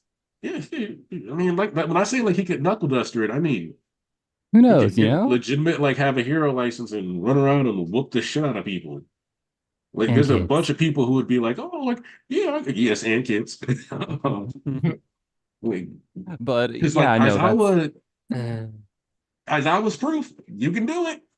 He's got right. an element of surprise. Like switch up the be the boogeyman you were during Dark Hero Urk and you're fine. Just play it that way, and he's got him. So, I'm not saying it has to happen that way, but if we're gonna go with Deku definitely losing One for All, I still think that him being kind of like a not a full-blown underground hero because people would like know he exists. He's fucking Deku.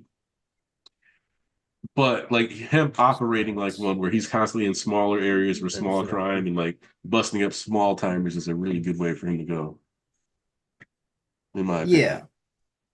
And then he's 'Cause, kind of like a people's champion. He might not be doing like the flashiest stuff, but he's busting up drug rings and smaller organized crime stuff or whatever. Yeah, because a lot of I think people forget that most villains in My Hero aren't like A-listers or B-listers. Like the mass majority of like regular villains in My Hero are just straight bums, which Deku could easily handle with just a scarf or hand to hand. Like I'd say, like obviously he's not gonna fight the Shigarakis, but if he has a gun on him, I could see him handling a lot of people. Deku getting sniping training from Nagant. I'm here for it. Damn, Snipe I already am- lost another job. And he was Like, his I am teacher, man. so invested in this epilogue. You have no idea. Like it's so weird. Like even with the mixed feelings that I had with the end of the previous chapter, it's like, oh, hot damn, we're back in. And honestly, uh, as controversial as it is, and as controversial as it will be, I want some answers to some ships. yes, you are talking about some real shit now. Because Time. I do not want us to have Ochako be in the middle of a battlefield, say that she fell in love with Deku, and to just not address it. That's the Naruto route. I don't care if he says no. I want it addressed. Like, I mean, okay, like There we're were definitely cameras getting. on her and everything. Like I wonder how much of it they caught, you know? Well, I mean, there were cameras on her, but they didn't get like any audio, like what they were saying. You know, Yeah, that is the thing. I mean, Hiro Aka does do the thing sometimes where people have magical voices that can reach past very big distances, like present mic or not. That happens sometimes. I mean, that's anime for you actually, but I mean, yeah, like no, I don't expect that to be on tape per se. it's I- your quirk, not his, is the embodiment of that because there's no fucking way Shoto should have been able to hear him over the stadium. I mean, also like, um, something I noticed that was kind of funny, but also like made sense. You know how people like have shipped Momo and Todoroki, like Yeah. Yeah. I'm gonna tell you this right now. That I don't think Horikoshi was intending that to be an actual ship. Yeah, but what if? Well, what if? But I'm sorry. the I'm sorry. I thing agree. is, the thing is, she actually has more ship teas with Kaminari overall. Don't do Jiro like that. Don't start No, this no, Don't no, do crack no, shit. Jiro. no, no, Yeah. no. You're not understanding me. It's with Kaminari and with Jiro. No, They've been kind of like this. They've been kind of a trio since the USJ, and like this never really commented on, and it is WSJ, so like he can't come out and say it. But I kind of got this sense that they were like close as like in a kind of poly situation. Say it with your chest. You think they're a throuple? Yep. OT3. they're using her for her money. You can't do this to Momo. Yeah, I think they're a throuple because like I mean like Momo like there's the exhibition art between them, right? I was like that was pretty gay. You gotta be honest. It's pretty gay. Like I mean I know Shonen has like all of this. Volk, you can't say it that way. I mean she's holding her like she's looking at her with the cape over them and she's hugging her close. You're telling me that's not gay? I plead the fifth because it's June. It's June 2nd. Ask me June 30th. Hey, bye, man. Here, I give you permission.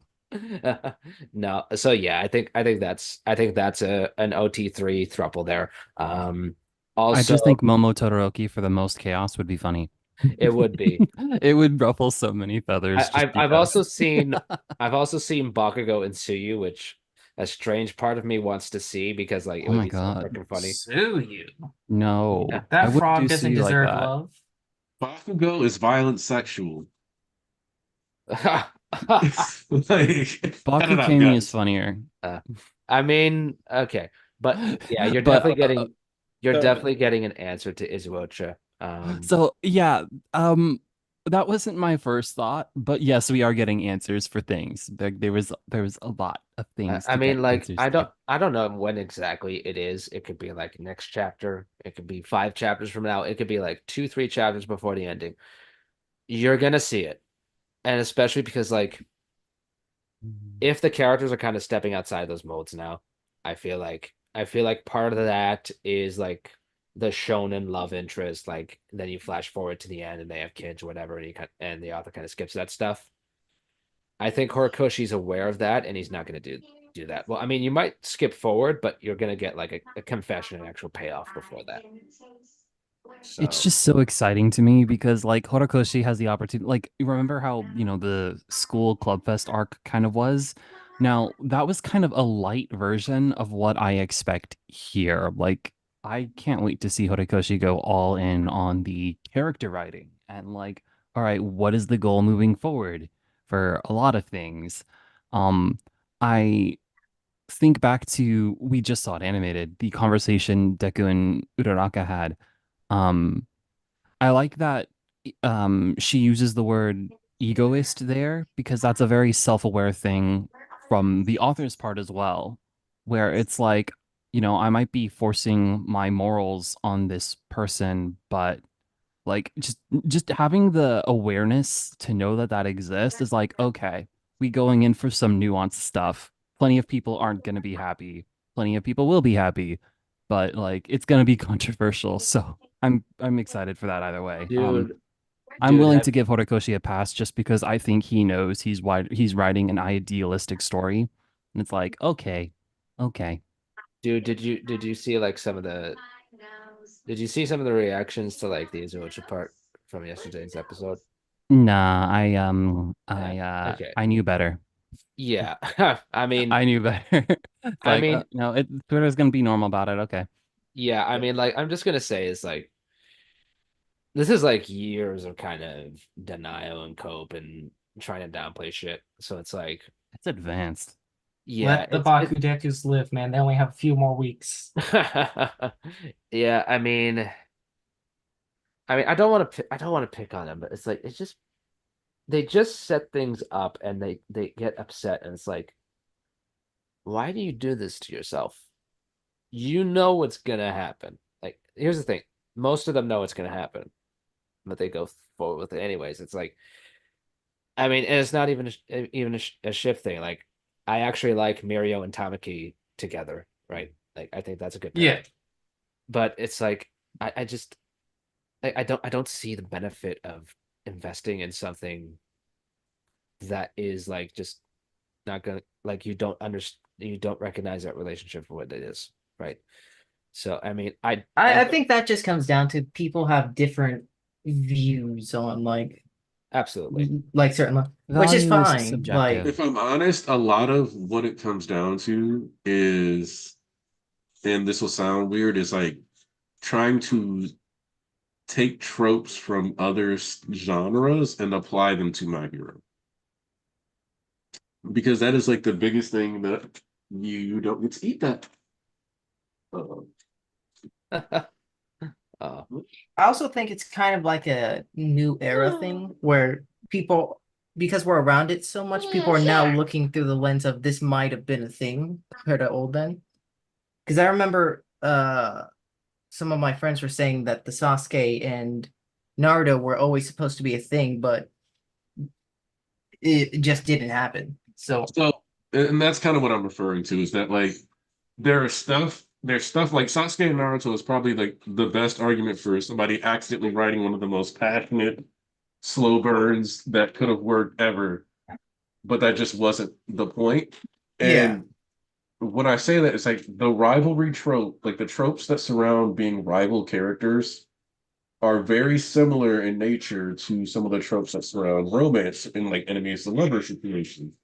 And the reason for that is because there's a limited range. Like, it's not that there's like a limited number. Hey, what are you doing?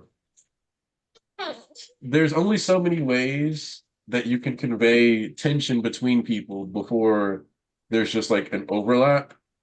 So what happens is that people who read a lot of romance or watch a lot of romance, and like that's like their main genre, will look at a rivalry dynamic for an action series and see potential romance. But it's not a romance genre, it's an action genre. So you have to look at it through the lens of an action genre and look at what tropes possibly utilize those types of interactions. So if you find yourself constantly trying to apply like a romance genre filter to a series that isn't a romance or an action genre, like if you're reading like a BL novel and maybe you didn't realize you were reading a BL novel, but like you see stuff that you're like, oh, that's like classic rivalry tropes. They're gonna like push each other to grow, and they're gonna Yeah. be like the most and then you see them kiss, and you're like, what the fuck? Yeah, because this isn't an action series, Bucko. That's sexual tension you're reading. So like the genre of a series does dictate how character interactions need to be interpreted, unless you are given like a very hard, very clear, this person is this way, you have to write it off as like they are accidentally writing some gay as fuck shit or some shit that can be So interpreted as gay as fuck. Yeah. yeah, no, I wrote a actual I kind of vented a little bit yesterday, but like I did write a thing where it feels like people are more invested in subtext than they are in like the actual text. And that's true for like not just like romance shipping, but also like just narrative crafting. Like people want to craft narratives out of subtext, whether they be romantic Yeah. or not. Like there are people, for example, who are like way too deep into politics, so they'll be using subtext into politics. Or yes, there'll be people doing shipping of all types of shipping. And it's like, okay, look, maybe just let the author say what they want to say, because especially Horikoshi, he's actually fairly direct when all things are said and done, or at least I believe he is, but apparently I'm wrong. Um, but that's what this epilogue for though is for though. So it's like there's a lot of judgments being made on framing, and I'm like, the author hasn't framed this yet. Like people saying like, what does the deaths of the villains say? And it's like, okay, I have thoughts on that, but like the author specifically is about to touch on that. So like, I don't know, wait a little. yeah. Also, hey Sayas, I missed you, bud. You're finally here. Hello. Oh my Finally. goodness, long time no see. Yeah, I just snuck in. Hi. How are you doing? Doing amazing. What about you? I'm doing fine. Shit, that's what you like to hear. Yeah, been a bit stressed recently. How's But not in a bad way. Just a lot of stuff to do. Okay. Shoot, what do you think about the chapter? Actually, I didn't know. I wanted to join for the last few streams because I thought this is like for the good old times. But there's actually not that much to say for me for the overall for the last few chapters. But this chapter, I think I'm kind of divided on it. I did like the part with Bakugo. I think it wraps up with character well. Other than that, though, I think it's all going very fast for me. I mean, obviously, it's like this time jump from this last chapter to this one yet now. It's always a bit, I guess, jarring to have this huge jump from action to now several weeks after, and everything is already being rebuilt. And I think that's actually what annoys me the most is the rebuilding. I read that and I was like, why no? Yeah, because I think that overall there was a lot of societal critique in this story, and to me, the idea that you rebuild using old blueprints that you found somewhere, obviously it is very convenient. Like you want to save the country. Now everyone is helping, everyone is coming together. That's all nice, and then it's faster to just use the old blueprint, so that makes sense in that regard. But it has a sort of forgetting the national trauma kind of connotation to it, which I don't think is intended. But that's like if the country is in war, obviously there's a destruction there, and then later you rebuild, but you never rebuild the way things were before, apart from maybe a few cultural heritage sites. But other than that, it is, I think, a process of a new society that would then be rebuilt. That also it looks different, and the fact that they rebuilt it the same way it was before, and it goes very quickly, has a sort of like this part of just wiping away the national trauma and replacing it with nothing, just continuing the way everything was before. I don't think it was intended, but it's like I really don't like that part.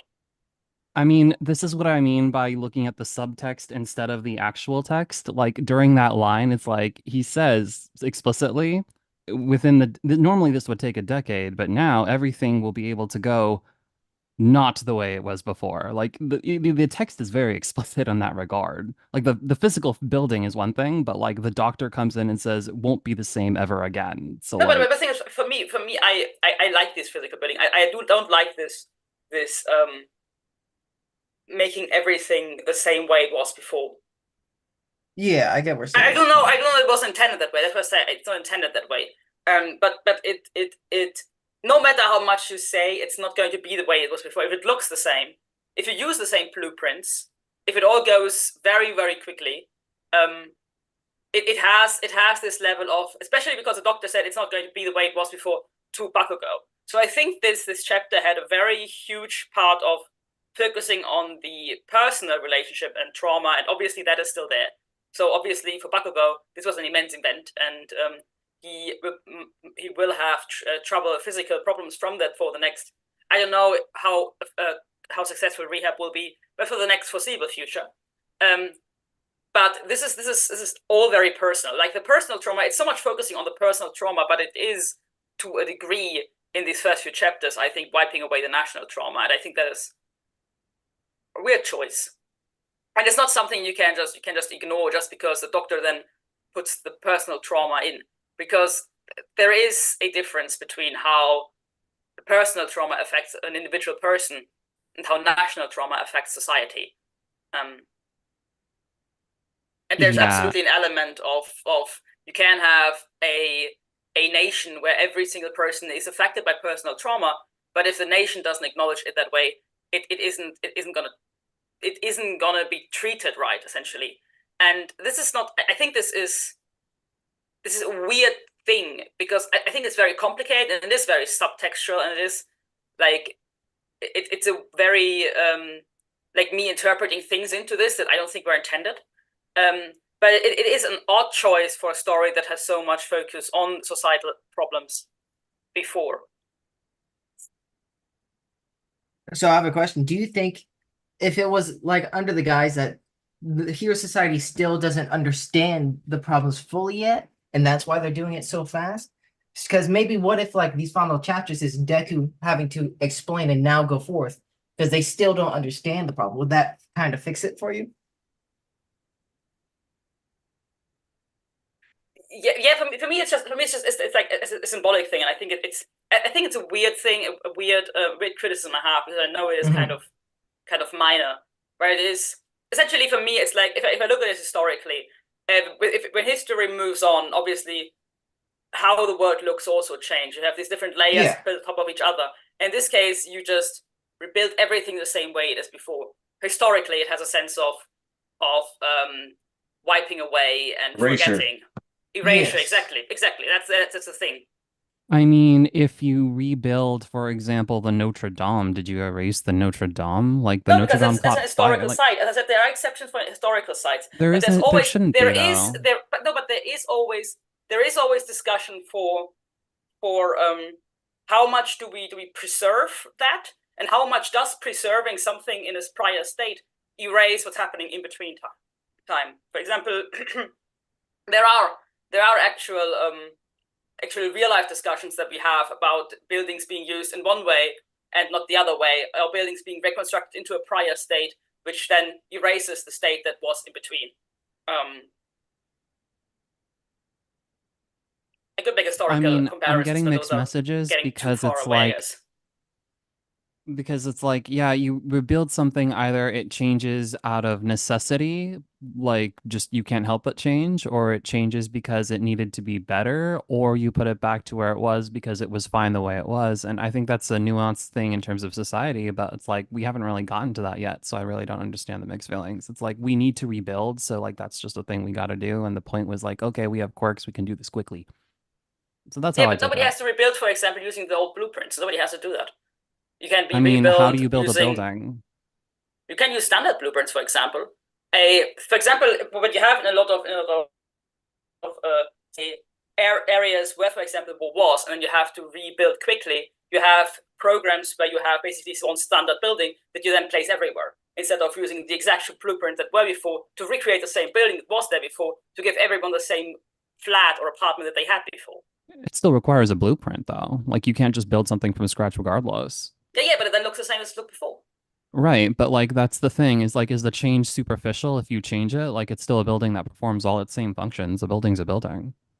Like, is the room different if you paint it red? Like, you might feel a bit different, but functionally, no. This is a measure of national trauma. And national trauma works very similar, I think, to personal trauma. So, I think so too, if you are injured, it leaves scars. And we have all been very frustrated, I think, when no matter how often, I mean, a lot of fans have been very frustrated with it, but no matter how often, for example, Deku was told that his arm wouldn't stop functioning, it still was always functioning.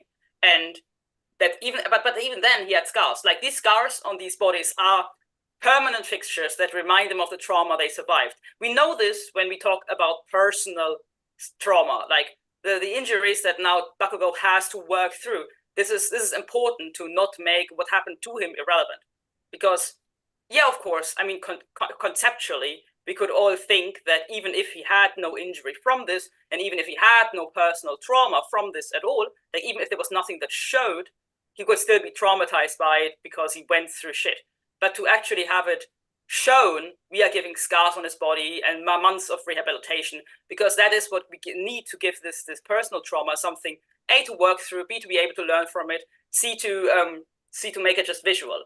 And we don't get this for the national trauma, because the nation is just going to be rebuilt very fast and the same way it was before. There are no scars on that nation that are visible anymore. I mean, we'll see, though, because Shigaraki did, in fact, decay the earth. So, I mean, we'll see. But, like, right now, it's like they're talking about buildings and reconstructing quickly. Like, the chapter ends with, we have to make it a brighter future from the 4, and we're getting a whole epilogue arc. So I'm, like, not really concerned. Like, when the author does the thing where he ties the doctor's statement in with what society is talking about, that's obviously very deliberate, and that's important for storytelling. It gives it depth. because the national trauma is connected to the personal trauma. And then at the end, it's going to feed back from the personal back to the national, which is why it's like, okay, we have to make it a bright future now. So like there was a whole ebb and flow there that I think you missed personally.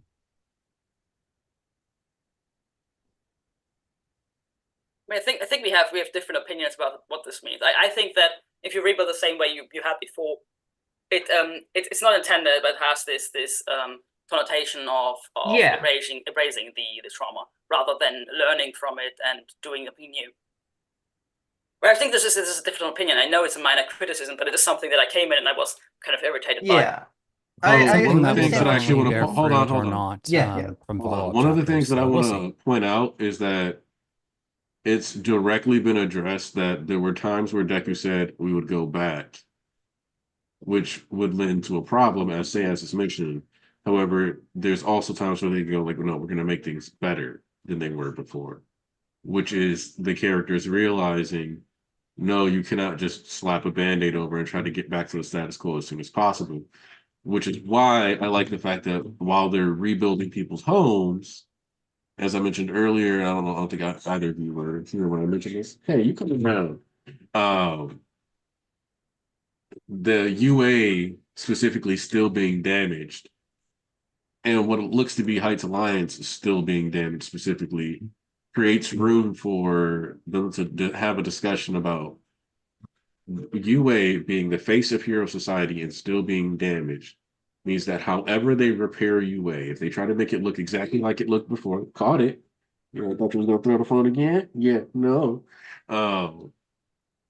However it looked back then versus how they make it look now is going to determine what their direction going forward is and whether or not people have really learned from something. Obviously, I think My Hero has like this meta documentary thing that we're gonna like lean into towards like the last chapter or two, where we get the explanation for why there's straight up narration in some of these chapters. And you notice anybody who's narrated except for I think twice has lived, which maybe you find out there's like a random twice clone somewhere and that's what happened there, but doubt that. We don't somebody cheat the Karita system. Anyway, but I think this has to be addressed because the whole point is to fix Hero Society. So while and the thing is that we're aware of, only the younger generation is really actively thinking about this. So it's important to note that putting everything as like the old school stuff, that's all the older people. That's Cementoss you see. You even see Skycrawler, you see all these other characters doing the like the old school version. But like as Sans is pointing out here, that would mean they would have learned basically nothing from dealing with the League of Villains. That's a really, really dumb way for their journey to end. Right. It's So just obvious that that's not the case. So I think that, but I do think it's going to require the younger folks kind of hard addressing that to the older folks. And one of the plot points that I think can lead to that is how Aoyama is going to be handled. Aoyama is kind of the key here because they kind of get to say like, you know, they were like, oh, well, Aoyama's a crime is a crime. And they get to kind of go, well, no, fuck that.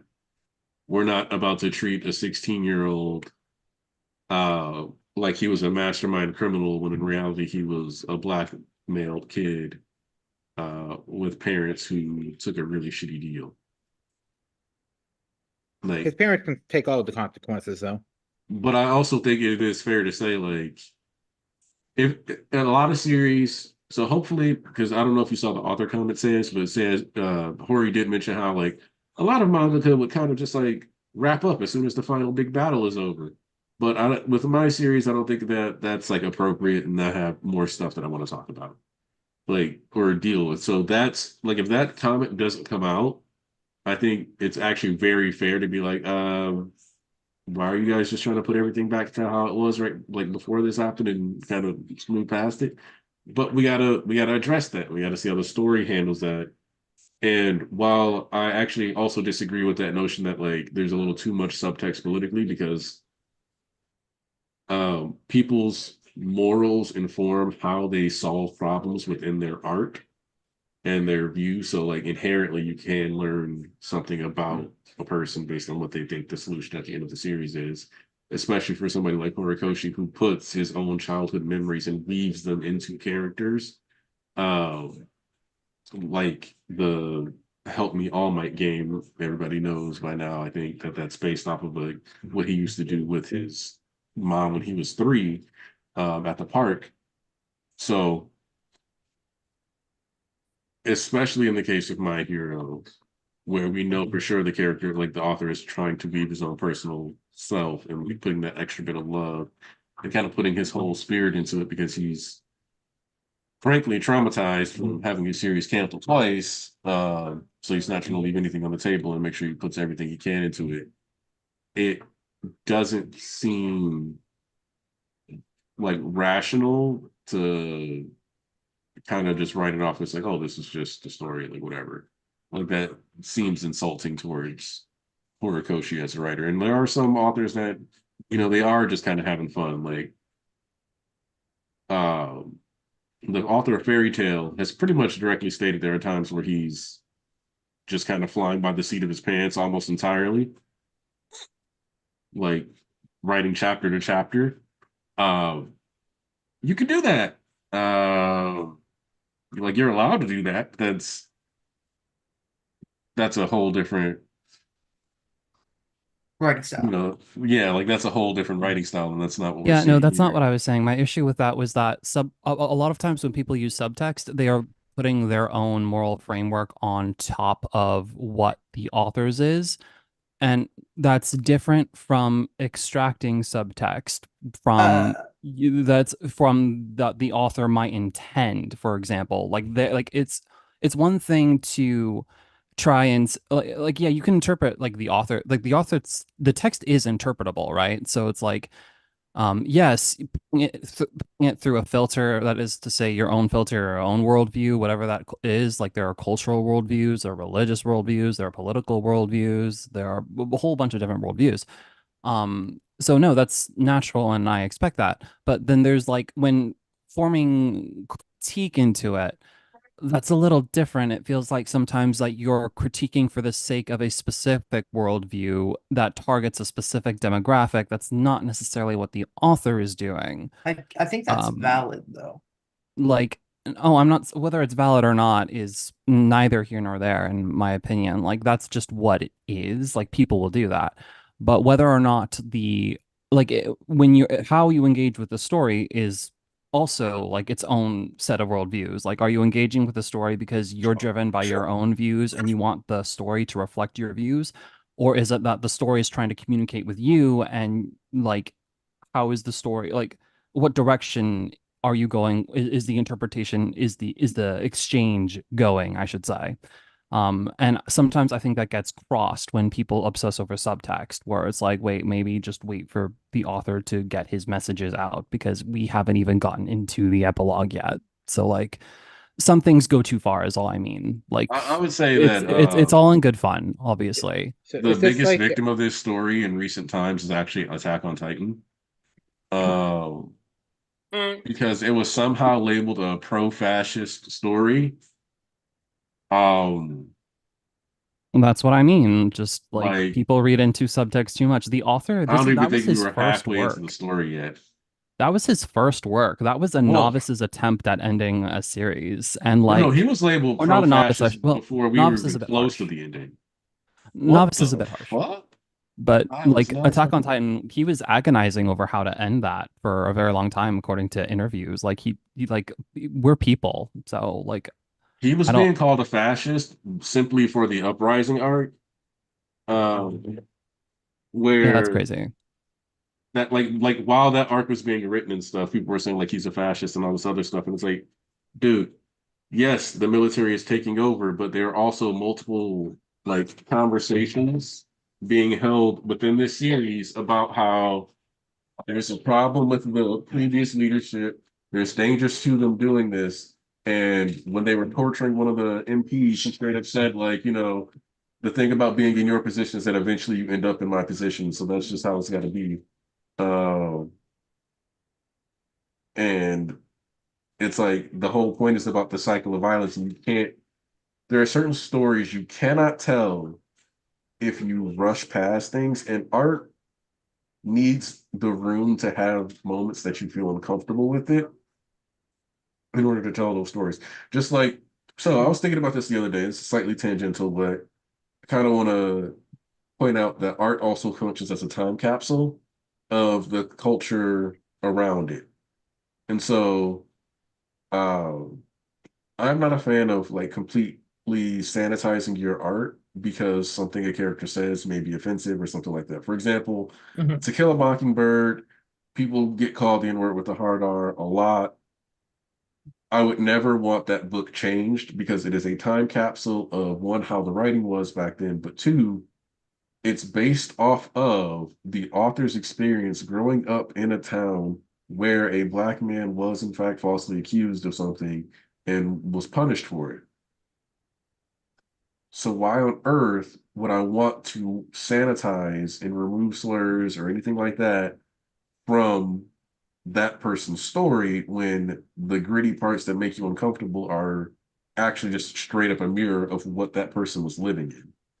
Similar to like in more recent examples like Kendrick's Auntie Diaries, I think it's actually really important for that song to never be sanitized because as we live through what is like effectively like a queer revolution, it is important to have a song or pieces of art that function as time capsules that show how clunky learning to navigate like allyship, but also like being next to and how that process like impacts the people around you and how you come to be a better person and better understanding of that.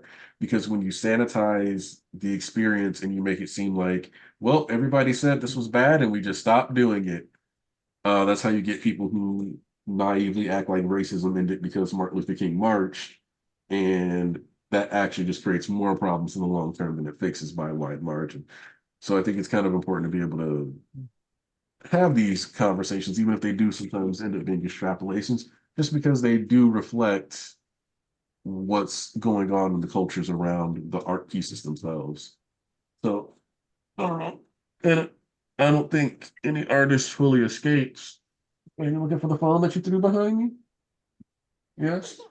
Yeah. Okay. Here. Yeah, we do indeed live in a society, both in a meme sense and in the real. Yeah. And so this way. it's just really like art is that like to me that's what makes art kind of fun. It's like the more you think about it, the more you realize it can function as a time capsule. And sometimes people just don't give a fuck, right? Like sometimes an art piece really, all right, well, I won't be able to hear your response if you say anything, but sometimes it's really just not a big deal. But I think it's few and far between when the story is actually just not a big deal. All right, hold on. Let's talk about whatever you want. I'm going to deal with this baby. So what you were saying about the like the subtext and stuff, like do you think that's like a part or like a offshoot of the death of the author theory? What's that theory for Almost those who don't definitely. know? Because I don't know. Oh, death of the author is like once a work is out there, what the author's intention was doesn't matter due to the reader's own interpretation. Correct. No, that is actually exactly what it is, I think. Like that is the whole thing, is the whole death of the author thing. Yeah. No. It's not an offshoot. I think it's actually direct. I just don't like when I was articulating it, my idea, it was like I wanted to focus on like specifically, like I could just say death of the author, right? But like I feel like I wanted to nail it deeper with the whole subtext thing, just um because more people are talking about in terms of subtext. Like I that's mean, what it's people do. it's just with MHA is like people are so focused on subtext and their own interpretations and wanting the story to go a specific way and all this stuff, but like It removes the fun of it for me it removes the sometimes. fun, right? Like, Like and then it's they like just this is just a superhero story, not uh, just a superhero story, but like there's an element of it to where it is entertainment and it's exciting and it's cool.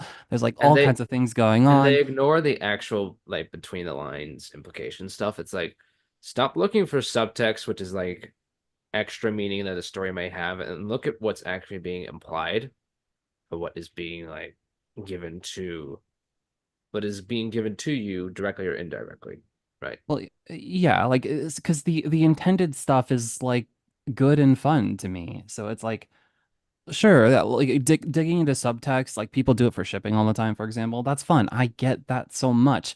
It's just it's difficult, or I guess I'm just annoyed when I see like critiques thrown from those corners of subtext when it's like, okay, yeah, but can I enjoy just every like the actual text sometimes? And sometimes that's difficult. It's like I'll open it up and it's like, ah, the villains died, MHA sucks kind of thing. Or It happens with weekly manga a lot because like you get a new chapter a week, and then for like the other 6 days, you're thinking about it, and then you're thinking about other things, and then you start speculating, and it just kind of builds and builds upon itself. It's like I knew what the reaction to a lot of this stuff was going to be, so it's like none of this really surprises me. But like when it comes to like understanding just understanding the way things go, it's like you're saying like you just need to accept what a story is trying to tell you instead of, well, what do you think should be happening here, or that you want justification for a particular ship. um I don't know. like I Because mean like sometimes I think like maybe it's because I talk more about like different what ifisms, but I kind of feel like pondering about the future and what could have been is kind of healthy for any general audience. I think there's the subtext debate is weird because subtext, as in the word, is still in the text. It is underlying the text. It is part of the story. Every it's like story, the reader's apart from interpretation. most stories have underlying themes, and most of these That's themes not are what- all to some degree in the subtext, and it's perfectly fine, I think, to talk about them. Of I'm course, not anti-subtext.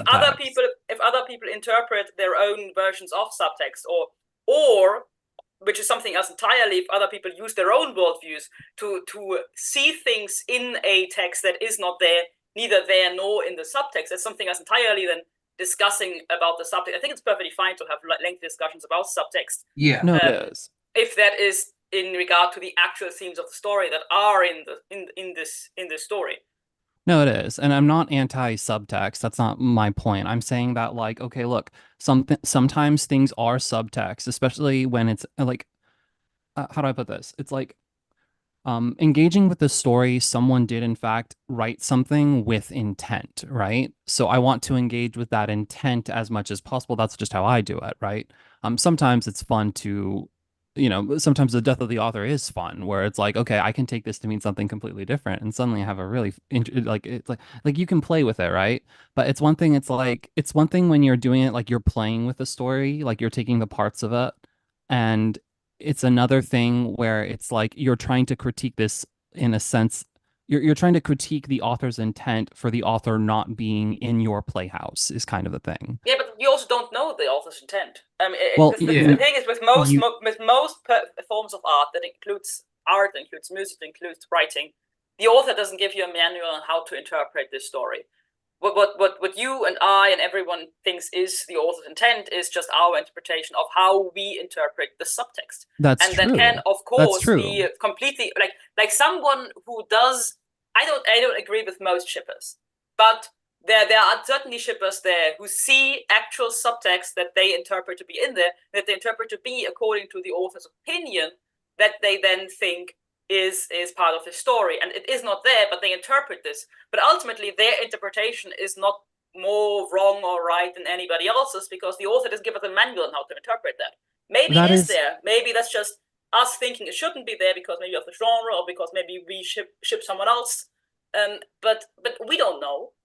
Well, no, the my only point of disagreement there is that like once you get to the point where everything is right, nothing matters kind of thing, where it's like the discussion ceases to become interesting because it's like, okay, you can have your I mean, and that's fine, right? Like we need to be able to be like, okay, you have your opinions, I have mine, we go our separate ways kind of thing. Like that's necessary.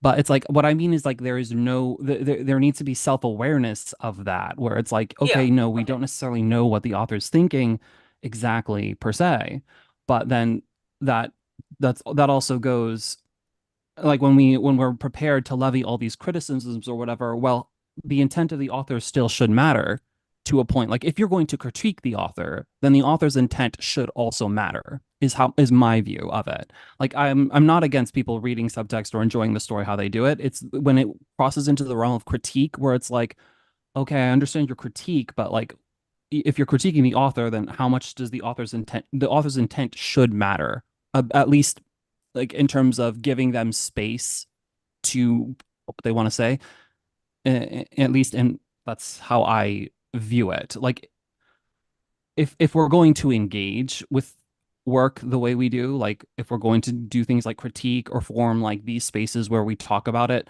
then there should be that degree of like, okay, I have my opinion, you have opinion, yeah, okay, it'll differ.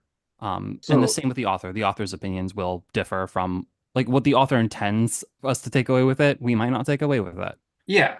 I think the So goal of if you're operating in good faith, I think your goal should be, and I understand this is not everybody's goal. This is my opinion though. To me, I think death of the author is an overly utilized tool. I think it's actually harmful for a lot of discussions, if I'm honest. it's not Uh, interesting either. um, because because like I said, culture informs how you write certain things. So there are idioms, like even within My Heroes, like NBA, that are Japanese idioms that Horikoshi is asking you to think about, such as the nail that sticks out and gets hammered down thing, which is designed to apply to like, and when you have an arc that is surrounding a bunch of outcasts and the way they're being hammered down, it's not stated to be a good thing in this arc. You can go, well, he's just a villain, so I have to ignore that. But that arc for that arc, Shigaraki and the League of Villains are the protagonists, and they are the ones being referred to as sticking out and being hammered down. So you have to ask yourself if this is who you're rooting for during this arc, if that is a good thing. And they're painted throughout the entire arc as sympathetic. Yes, they're catching bodies left and right, but they're not painted as villains during My Villain Academia for all into like there's a bit of an irony to that titling, obviously, but like when you read Toga's fight, do you see, oh, that super evil girl Toga is taking on an innocent, or do you see they are jumping a 17-year-old so they can kill her and use her as a puff piece to push a political agenda? When you see Twice being tortured, you don't think, oh, that's a dude who accidentally hit a guy with his motorbike and then eventually went kind of crazy. You see, like, oh, he hit a guy with a motorbike, couldn't get a job anywhere else because people were firing him and he was being branded a criminal. So that's where Twice actually ended up, and that's why he ended up in a life of crime, and then he went little nuts. So you see, like, a victim of something fighting back. When you look at Shigaraki's backstory, you see an abused kid who feels like there's nothing left that he has to offer the world but the destruction that his hands can create. You are consistently shown that these are people who have been harmed and that the lives they lead are a reaction to this. So that hammering them down actually made things worse when they maybe should have tried to figure out a better utilization or a way to deal with what they perceived as the problem.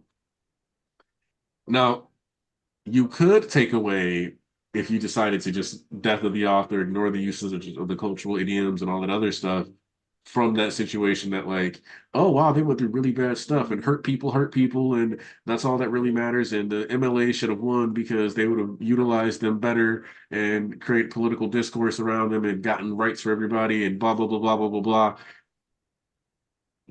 And you could take that away, but that's clearly not what's being shown. Like that's just you deciding, fuck what the story's saying. And like death of the author lets people get away with that like way too much. And like if I'm honest, most discourse is rooted in death of the author. Um, that's why unless somebody more or less directly hints at like liking somebody, I barely touch it. Um, like the thruple thing that Volk mentioned earlier with Kaminari, Jiro, and Momo. Um, do Jiro and Momo get some interesting exhibition art? Yes. Has an exhibition art come into play? Yes. But during PLW, when Kaminari was told to think about who the most important person was, he thought of Jiro only, and she was thinking about him too because she says like, "Go get him charged, Bolton." Obviously, she can't fucking see him. Like they're, I don't know, hundreds of meters to possibly miles away from each other at the point. I don't know. So it's clearly more over just a their bond is supposed to be special type thing.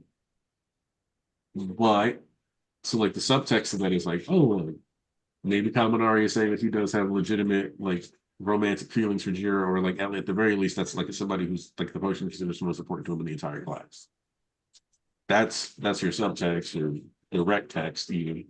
The subtext would be arguing whether or not their attachment is romantic. The direct text is that's the most important person to Kaminari, and she cares of him too. So when you want to have a conversation about something, you do kind of have to, as like you're saying, stuff, be willing to operate from we know X, Y, and Z is what's happening.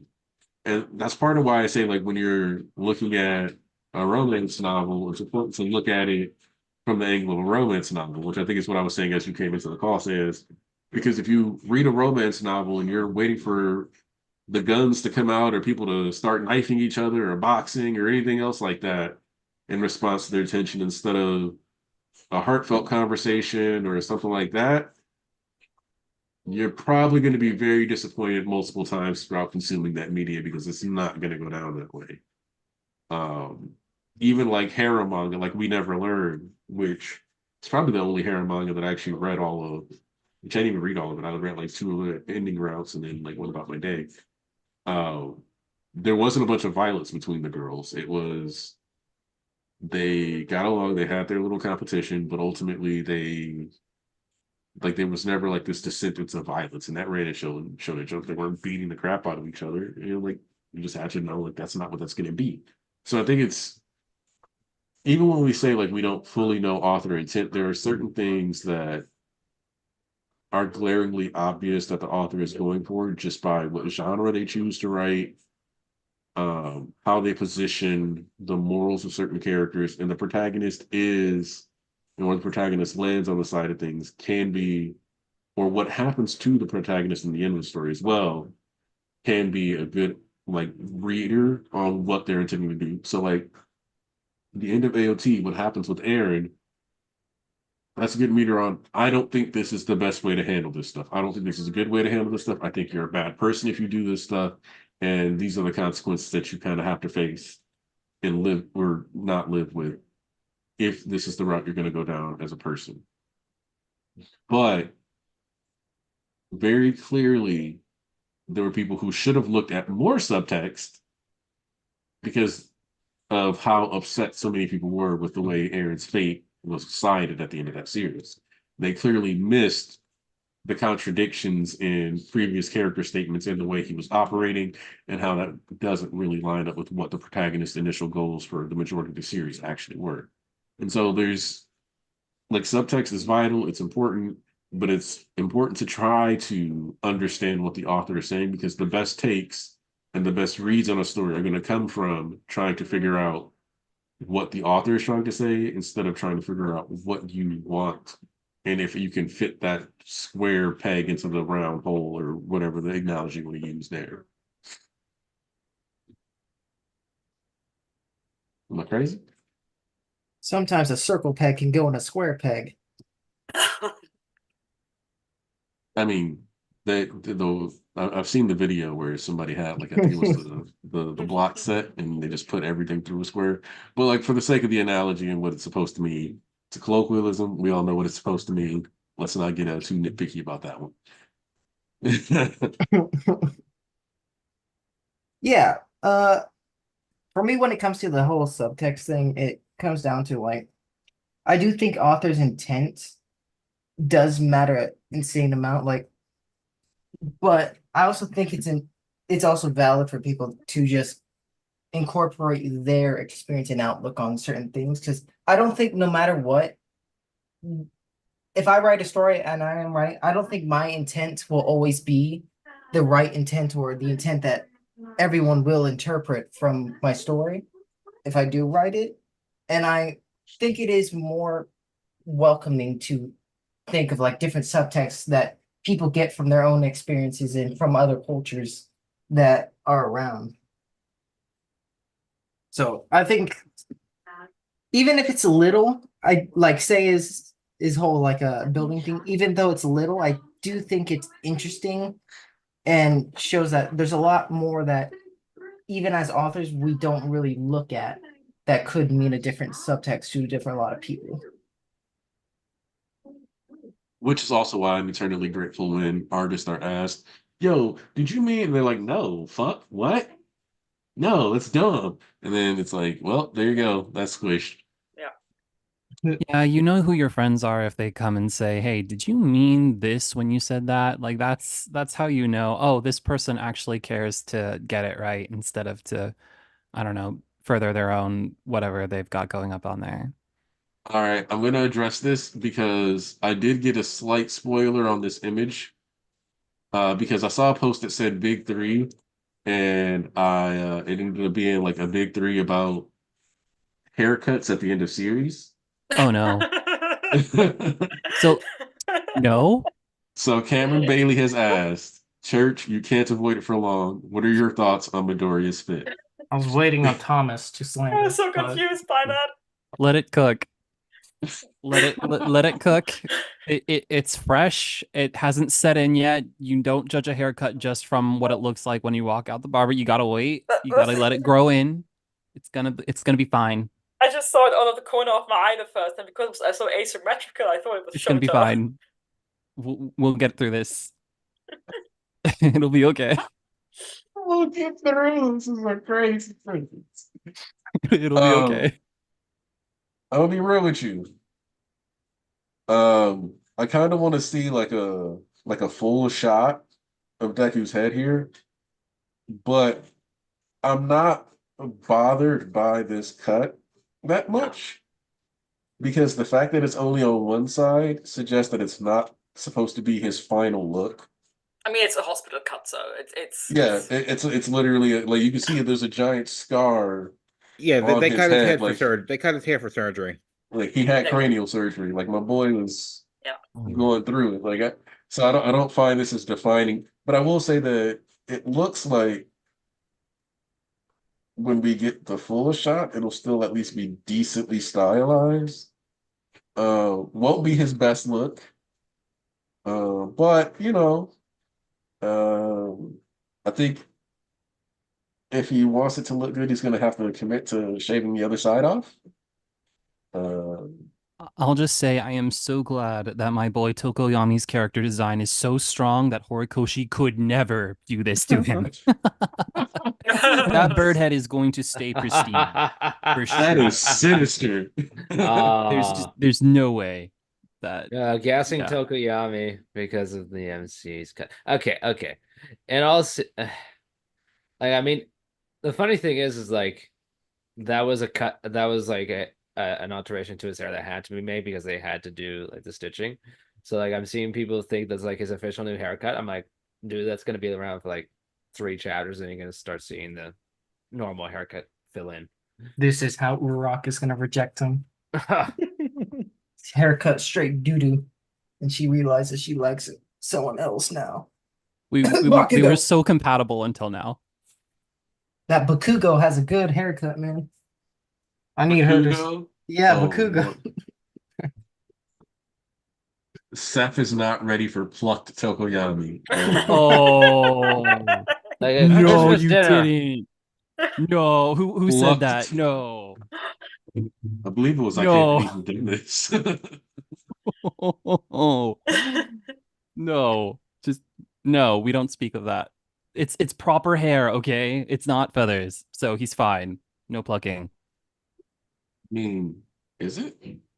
Yeah, actually, canonically, that's in I his didn't know if character that. sheet. Yeah, I didn't know if it was like covered or not. I couldn't remember. It's weird, but don't think about it. Yeah. I'm It's gonna weird. choose not to think about it. It's weird. Just don't think about it. I don't know what Horikoshi is up to because like what that like you have people who are straight up like, yep, that's a cat. That the cat fur Cat? knows everything. And then Tokoyami is a question mark because he has human teeth and human hair. And I'm just like, why? The Why bird so is just a specific? mask. Yeah, But we don't think about it. Yeah, no. I mean, I like it. Actually, there's a part of me that really likes how fucking weird that is. But The teeth in particular, like how does it even work? hey, look, With a beak? That's weird. Well, so what that implies is that he doesn't have a gizzard. I don't know much about bird anatomy. So it's like if I remember right, the gizzard sort of a place The where there's like dangly rock thing on stored. turkeys. So so basically what some birds will do is that they'll like eat rocks, or they'll pull them and they get stuck into like this pouch in their throat. And then when they like rip stuff apart and pull it in there, it gets ground up by the stones, and then like that's how they get to like mash their food. So it's like they have like a stone pouch for chewing, because they don't have teeth. So that means that he doesn't have those bird Okay. organs. So he has normal teeth, but he still has a beak. So it's almost like he has like a bird-shaped head mask that's just built into his character. Yeah. Aniki, Tyler wants to be in the voice call. Can he go in? Oh yeah. Oh yeah. Let's go, Tyler. Yeah, I should. I feel like I've messaged you on Discord before. I just have so many messages that I'm like scrolling. I'm praying through. Thomas gets in this fucking call. I need to slander Deku in front of him. Wow. He just woke up, so I need him to wake up to this. Hey, look, What Thomas do you is mean? Just woke up. Thomas is closer to you than us. He's like in Ireland. Should be 7 p.m. for Thomas if he just woke up. Yeah, I but he don't works know. like he works at bars. He Yeah, works at a bar. he was working Ah. till 4 a.m. I see. Like one night it was nighttime by us. So we were gaming. I was playing like Street Fighter in my wife's Discord, and Thomas popped over because he's in her Discord, and he was like talking to us until like 10 p.m. something our time. And we're like, bro, go to bed. Like, what are you doing here? Because I know E stopped by too, man. Hold on, I'm gonna have to find Tyler on Twitter real quick. Because I like how if you type twitter.com, you still get X. I have so many people muted. I feel bad about it. You should mute me. My likes are gonna end up in your fucking history if you don't. No, you're good. You haven't. Like Tyler will message me and be like, "Bro, mute me right now. Mute me." Yeah, Tyler, like, you shoot me a message. I didn't see anything about the episode on Twitter yesterday, just because I had to start muting character names too. So Yep. I got like nothing because of that. Wait, who I are you was, not trying to get spoiled on? I've been for the longest, like for at least a couple months, I've been trying to go spoiler free for the rest of the series, but people are making that very, very, very difficult. Like Kendra accidentally spoiled me a couple times with 3 tweets. Hey, look. No, I'm actively looking for spoilers. I want to know when Andrew comes back. That's all I'm waiting for. I was gonna joke that I was gonna joke that the fact that there wasn't any Endeavor in this chapter was why you were kind of lukewarm on it. Yeah, look. I can forgive that there's no Endeavor in this chapter because I'm expecting something to be about the Todoroki's later. Yeah. So that's fine. I cannot forgive that Endeavor didn't appear in the last 2 chapters when everyone and their mother was in there like cheering Deku on, but my man was missing. Hold on. And Cameron Bailey, hold on. Because I didn't lie. And the only reason I said that is because that dude was being real weird. Like, real weird. Because Ivankov forced sex changing somebody and Impel Down is not talked about enough. That is one of the weirdest. That's weird. That's like weird. top I 5 agree. weirdest things that happened in One Piece. I agree. Like, I think that's top 5 weirdest things. Maybe Right, even so- top 3. Like So- That the is sex advanced. changing by itself, okay, but the fact it I was mean, that's- against the will of the person is so messed up. I mean, that's So- that's sexual. That's pretty much sexual assault. It is It- literally. it goes I don't beyond know what that. it is, but Like, there's something wrong. That Did is, it happen more than once? Because I saw a clip where, like, after one person was changed, they were happier. Yeah, that was the one I think. The So- guard. He can That's also creepy. Ivanka, Like 2 so, seconds like, to okay. embrace his new sexual Like- gender identity. Okay, so Like, that's the whole also thing about creepy. that is that Ivanka was like, I can smell on you that you're living the wrong way. What does that even mean, bro? You can smell Did the I walk trans in? hormone? Like, what? What? Oh my That's the god. devil thing, right?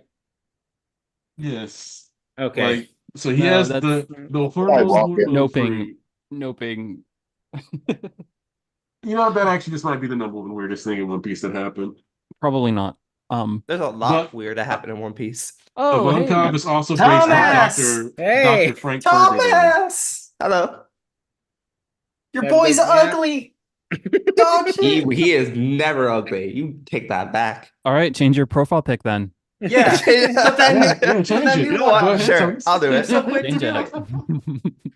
I'll do it. Sure. Why not? There we go. Make sure Yeah. you get the ugly cheek scarring. Seth was so quick to be like, change it. All right, put your money Really? where your mouth is. I'm that type of person. It's like, all right, you're gonna say some stuff. All right. Prove it. I'll do it. And I Awesome. don't think Twitter or Ochi's here? dead. He showed up. Awesome. He I'll came see you to the next week. battlefield. Oh my So God. I think he's crippled. But yo, Tyler, what up? Yeah, Yo, what's look, up, Tyler? look, Hi, look, Tyler. the haircut is dog shit. I'll admit it. It is. But we cannot act like we all ain't have a fucked up haircut at one point in our life. We can't do that. Not me. Not me. I've been So, perfect my okay, entire so fun fact. career. Fun Nah, fact. nah, nah. Back No when I was comment. like 20 or story. 19, one of my friends was in beauty school. So I went in to get like a low fade. But I always get my fades low, even. Like, that's how I would get it done. They turned me into Mr. Clean, bro. Oh no. They turned me into Mr. Clean. Like, I went into work and they was like, yo, why you look like Mr. Clean, bro? I'm like, God damn. And I just like didn't say anything because I was like, I went to a beauty school student, let them cut my hair. It'll grow out into a decent fade regardless. I'll just live with this. I still Look, have as to a- wear a hairnet, which was crazy. I feel like my boss was just shitting on me extra there. But I had to wear a hairnet while looking like Mr. Clean. And that, I don't know, that was disrespectful. That was disrespectful, bro. Were you working in food service or something? Oh yeah, I used to work the dietary department in nursing home for 6 years. Oh, okay. I actually did that briefly when I was in high school too. So Oh, it automatically changes on Zoom. Bro, what Okay, the there we fuck? go. You got a forehead pick. Okay. I can't do more of that. I can't do more than this. I look, as a bald brother, I get it. But look, I have something worse, okay? That happened to you at what, 29? No, This that happened to shit me when I was happened- like 19. So Oh, it's 19? over a decade Alright, no, ago. This shit happened to me when I was like maybe 12, okay? This is what happened. We go to the barbershop. I get my fade like normal. Everything was cool. And don't even get me started. This was the point I was trying to get waves too, right? And it got to the point where I was finally getting some definition and all that. Cool. But before we left the apartment, we had the cleaners come by. And when they normally clean the shower, they use bleach and all that. Yep. For some reason, I completely forgot about that. And when I got home, you gotta take a shower, get all the extra hair out and shit. So I'm taking a shower, I'm using shampoo and all that, right? As soon as I pull my head back, I just see a lump of hair just fall out.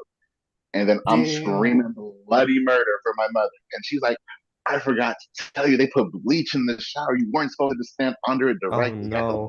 run. So I had to go back to the barber shop.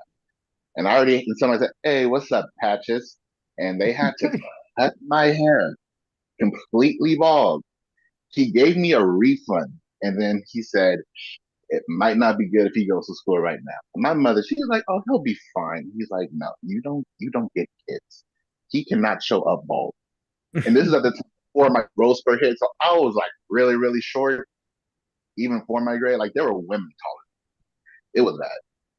It was bad. Neck respect. No. I actually stayed home for 2 weeks. Like she would drop me off and I would just ditch. I would ditch. I would not go to school. Which is kind of crazy because as a child I really could have gotten taken, but look, a bald head was worse than that. All right. I just had to take my chance. So I You can't makes you shit on feel any that. better. In my grown life, I had a clump of hair just randomly fall out. Ooh, no, I still got my hair and my hair on. I'm good on that department. I was like, hold up, what happened? What's going on? Oh no, Nah, he's nah, getting look. bald spots, man. No matter how shitty my life gets, as long as I got my hairline, I'm okay. It will always get better, which is good because I got I'm my 32. daughter's hair. If I lose all my hair, I can just live through my daughter's hair. Yeah, but see, the Thomas, are thing you gonna show your mullet off? What's I up, mean, baby girl? I've been follicle challenged for a while, so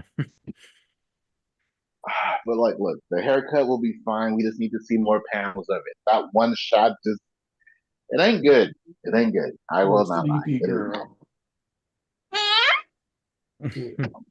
Aniki, why are you letting them roast you in chat? You're just letting this happen. Hey, look, Defend yourself, I man. gotta take those lumps, man. It makes their day Look, better. it builds character, okay? It builds character. Catching light is crazy, dude. Look, you just don't know. That's all. You just don't know. Man. It'll go Okay. back. But if not, Ochago can turn him down. That's fine. Yeah, He'll move she to can go for Bakugo then. Waffle House. He'll be straight. That's my favorite ending. I love Deku cuffed ending so much. Okay. Let's relax now. Let's Shut up, chill. mullet boy. So like obviously I arrived late, but how does everyone feel about the chapter? Everyone here hates it. Terrible. We I heard want you We're to talking just about call we were just so you talking can defend about the how chapter for much us. we were talking about how much Coyote was going to use this chapter to get revenge on you, Thomas. Oh You no. would never know peace. I fell into the trap. Yeah. Yeah, I woke you up for this reason, bitch. You did. Uh, And I wasn't happy about that. Okay, wait. I Nah. like the new profile pic. Good job. Appreciate Yeah. it. Why do you, There he's we not go. even showing the cutoff. He's just hiding it. Because Yeah. it won't show it. It does like a square. Yeah, no, it's the cropping would be kind of difficult for a Yeah, page like because, that, unfortunately. So I would have to but- do an edit. But nah, I really like the chapter overall. Mhm. I think my issues with it are kind of just issues from like the past. I'd say 12 or so chapters because I still think the plan to get rid of One for All that feels a little contrived to me, to Mhm. be honest. Like, it feels a little like we need to put Deku in a situation where he has to lose it. Yeah. That just feels a little weird to me. Mm. So I'm thinking though, if that like we were also talking about the possibility of what's going to happen to Deku. Is he going to be like a teacher and still quirkless? Is he going to be able to fight while quirkless? Or, and this is the one I'm leaning towards, is he going to have the fused version of One for All in AFO? And it just needs a little time to form. Because what as I'm long as they say there's embers, you can stoke embers back into a fire. So I Yep, just need exactly. I need something from a boy. He specifically says, I feel the embers burning within me. It's not like they're fading, they're burning. That was my I want to say copium, but that was why I was saying like a few chapters back that I felt like because of what All Might said, obviously it was him mentioning like passing on One for All, but it's the like the small flames will burn into a bigger flame. And I've been trying to keep that as like my reasoning for maybe that's how Deku gets One for All back. But if he ends the series with just embers, like and just have it ambiguous, I'm happy with that too. No, you're not. Don't lie to me. I don't want that. I'd rather know him be quirkless, not just embers. At the very least, if it's like, let him have a breakdown and just a strong desire to verbally express that he wants to have a quirk, he wants to keep doing this, and then let it bloom from that. But don't leave it ambiguous. Don't do that. Not him. No, I don't want that. But still, good chapter. Yeah. Nah, I want like the most I want, like I would love, because I brought up the Ichigo parallel earlier. I would love to see him have a similar moment where some reckless ass villains decide they want to make a move on UA, like they'll kick them while they're down, because even if they're rebuilding stuff, And like as Deku's sitting there like watching people like his classmates just hop out the window to go do something. Because it's gonna and it's not gonna be Bakugo, obviously, because he's gonna be rehabbing. So like as the stronger ones have to sit back. Maybe some of the weaker ones try to step up, and then we see him kind of be like, "Nah, I need to get active."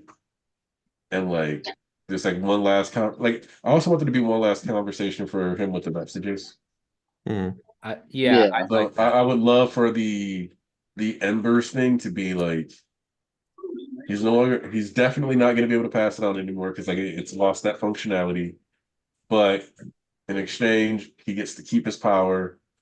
And like the cost is going to be their psyches being gone. Because that's the thing that I want. I want him to lose the vestiges, like those mentors, Yeah, I agree. those people who can whisper in his ear, watch him take a shit. That is weird. Yeah. Like, Never bro, thought of it that way. I mean, the thing with Deku is like he kind of doesn't admit when he wants things because he feels like that's stepping on other people's toes. Like, Yeah. but like the ridiculous thing with that is like people pointed out to him, he's like, no, you got to think about yourself because It is okay. it's not just you in this, it's all of us, and your well-being affects other people's well-being. So Yeah, it's like when you hurt, we hurt. so like I think he needs to like mommy.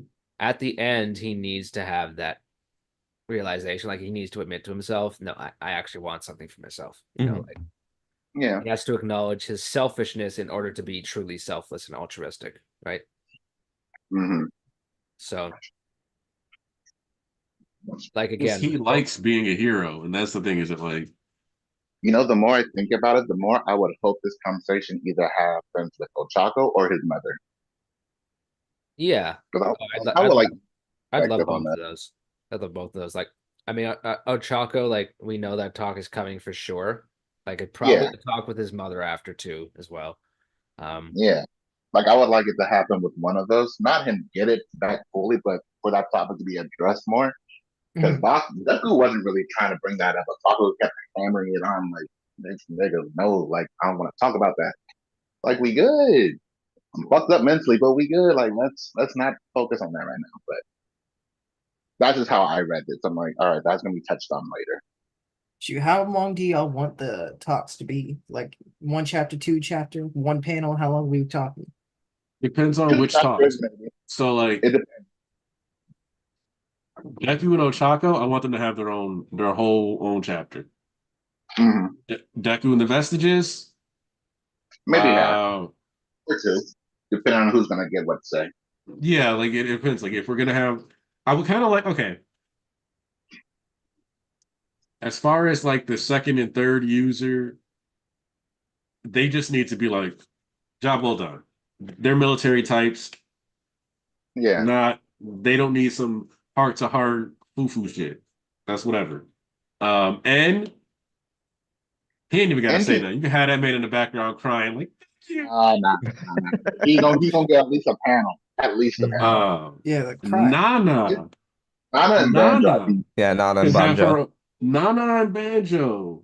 Because like the first season, he already got his last little words in, you know what I'm saying? He already said what he had to say. He was like, His I couldn't phone. lead you down the right path. Fuck you. You going out. Peace. Cool. First user shit. He's already shown his appreciation to Deku numerous times. We know how he feels about Deku. It's not an extrapolation. We know how he feels about Deku and how he's gonna feel about Deku fucking ending All for One. We don't even need to explore or think about that. So Nana is the only vestige in like Banjo because that's his like uncle. Banjo's aunt. I want to see. I want to hear like some final thoughts from the uncle of the vestige Yeah. users. So, but otherwise, man, The rest can Nana is kick the off. only one who I can see like getting a whole chapter for what they need to talk about because she struggled so much with Yeah. everything that was going on. Although, while we do bring it on, I do have to say, despite me liking everything, I still would have been, I think, a little more happy with Shiggy's conclusion if we got like his POV chapter, Hmm. maybe before the last one. Like you have Izuku Midoriya Rising, sure. Then you get like Shigaraki's perspective. Then you get everybody teaming up, and then maybe getting their conclusion. Yeah. But if the vestiges are going to be there, I would like Nana and Tenko to be there well, at least a little bit in somehow, some fashion. I don't know. Nana, sure. Tenko, maybe, because I feel like that, while it won't fix everything for everybody, it at least gives them a little better sense of closure. I think if they saw Shiggy go or Tenko go through that and then see Nana's bed just try to comfort him, they would actually be more okay with it than what we got. So there's a chance to kind of fix it. So hopefully that happens. I will say that we have clues that there's a little more to the Shigaraki stuff that we didn't get to see. Oh yeah. Because, you know, when you read the chapter, it's I thought I was annihilated but beyond hope when Master swallowed me up, but you somehow kept me tethered, kept me from fading. Right, Grandma? Kirigiri, Right. That's I stole my body back from Master, but I never managed to destroy a thing. In the end, maybe I really am just a crying little kid, like you said. I couldn't even destroy your hands. Everything you did, I couldn't let it stand. That's why I fought. And he's like, I wanted to stop you. I wanted you to stop yourself to keep that grief and misery from spreading any further. And he's like, ha, Izuku Midoriya, if Spinner survived this, tell him that even to the bitter end, Tomura Shigaraki kept fighting to destroy. And then that's when Deku just says it's already been destroyed. But then when we go to this chapter, there's an addendum. Because when you look at the little thing, he says, oh yeah, after Deku says it's already been destroyed, he says, oh yeah, that depends on what you people decide to do tomorrow. Make sure you do your damn best. Yep. And it's like, shit. So what we thought was Shigaraki's last words based on the last chapter was basically, yeah, I fought to destroy, let Spinner stay motivated. But what his actual last words allegedly could have been were, make sure you do your damn best. Like final words of encouragement to the kid who saved him. So I would have like, and even if we don't get more than that, I think what this shows is that Shigaraki really did return to the core of his character in his last moments, which is he was that kid who decided that when playing with those other kids, even if, you know, All for One encouraged those kids to play with him or whatever, even with that, he was a kid who idolized All Might 2, and he wanted to be like him. He wanted to save people and make a better place. And even the core of his villainy was that he wanted to do right for the misfits and the rejects that he was friends with. So that core is shining through here. Make sure you do your best. Make sure, because what he's really charging him with is like, all right, you took me out, and I told you to talk to one of my friends. Your mission as the man who killed me is to see my dream come true and take care of the misfits. That's your job now. Yeah. And like I said, I think Shiggy's conclusion in that talk, all of it is fine. The only reason I think we should have got a little more is just because All For One coming back at the last moment. It's also like I would have been fine with that being the conclusion, honestly. It's fan service, but not the dirty kind of fan service. Like it just gives us a little extra, and it gives Shiggy like some final moments to really like be himself. And that's like the most important part. Because like this is like the most sincere smile we get out of him too, right? Like, and also I margin. All For One coming back is just Hori just giving all his characters a proper conclusion. Because at the end, that's like he does care about these characters despite how we feel about them. So I'm like, he probably wants to give Shigaraki his ending, and he's still going to probably just sprinkle throughout this epilogue. But I feel like he wanted to give All For One the proper closure, at least in some form. Which, you know, makes better for the veterans than the actual physical body. I think after seeing this part, I think there was a lot of catharsis in the coughing bomb or coughing baby versus hydrogen bomb conclusion for the All For One physical form. But the extra details with this All For One battle at the end here, I think were crucial. And it would have been like he has a better conclusion for it. I don't think the story necessarily suffers because All For One got a better conclusion, but I think the issue is that it almost feels like his conclusion is gapping Shigaraki's conclusion as a character to a certain degree because of And also, that, like, like, people just like Shigaraki more. yeah, Shigaraki will Yeah. always be the more tragic character. But so I played a lot of Baldur's Gate 3 lately, like a lot of Good. Baldur's Gate 3.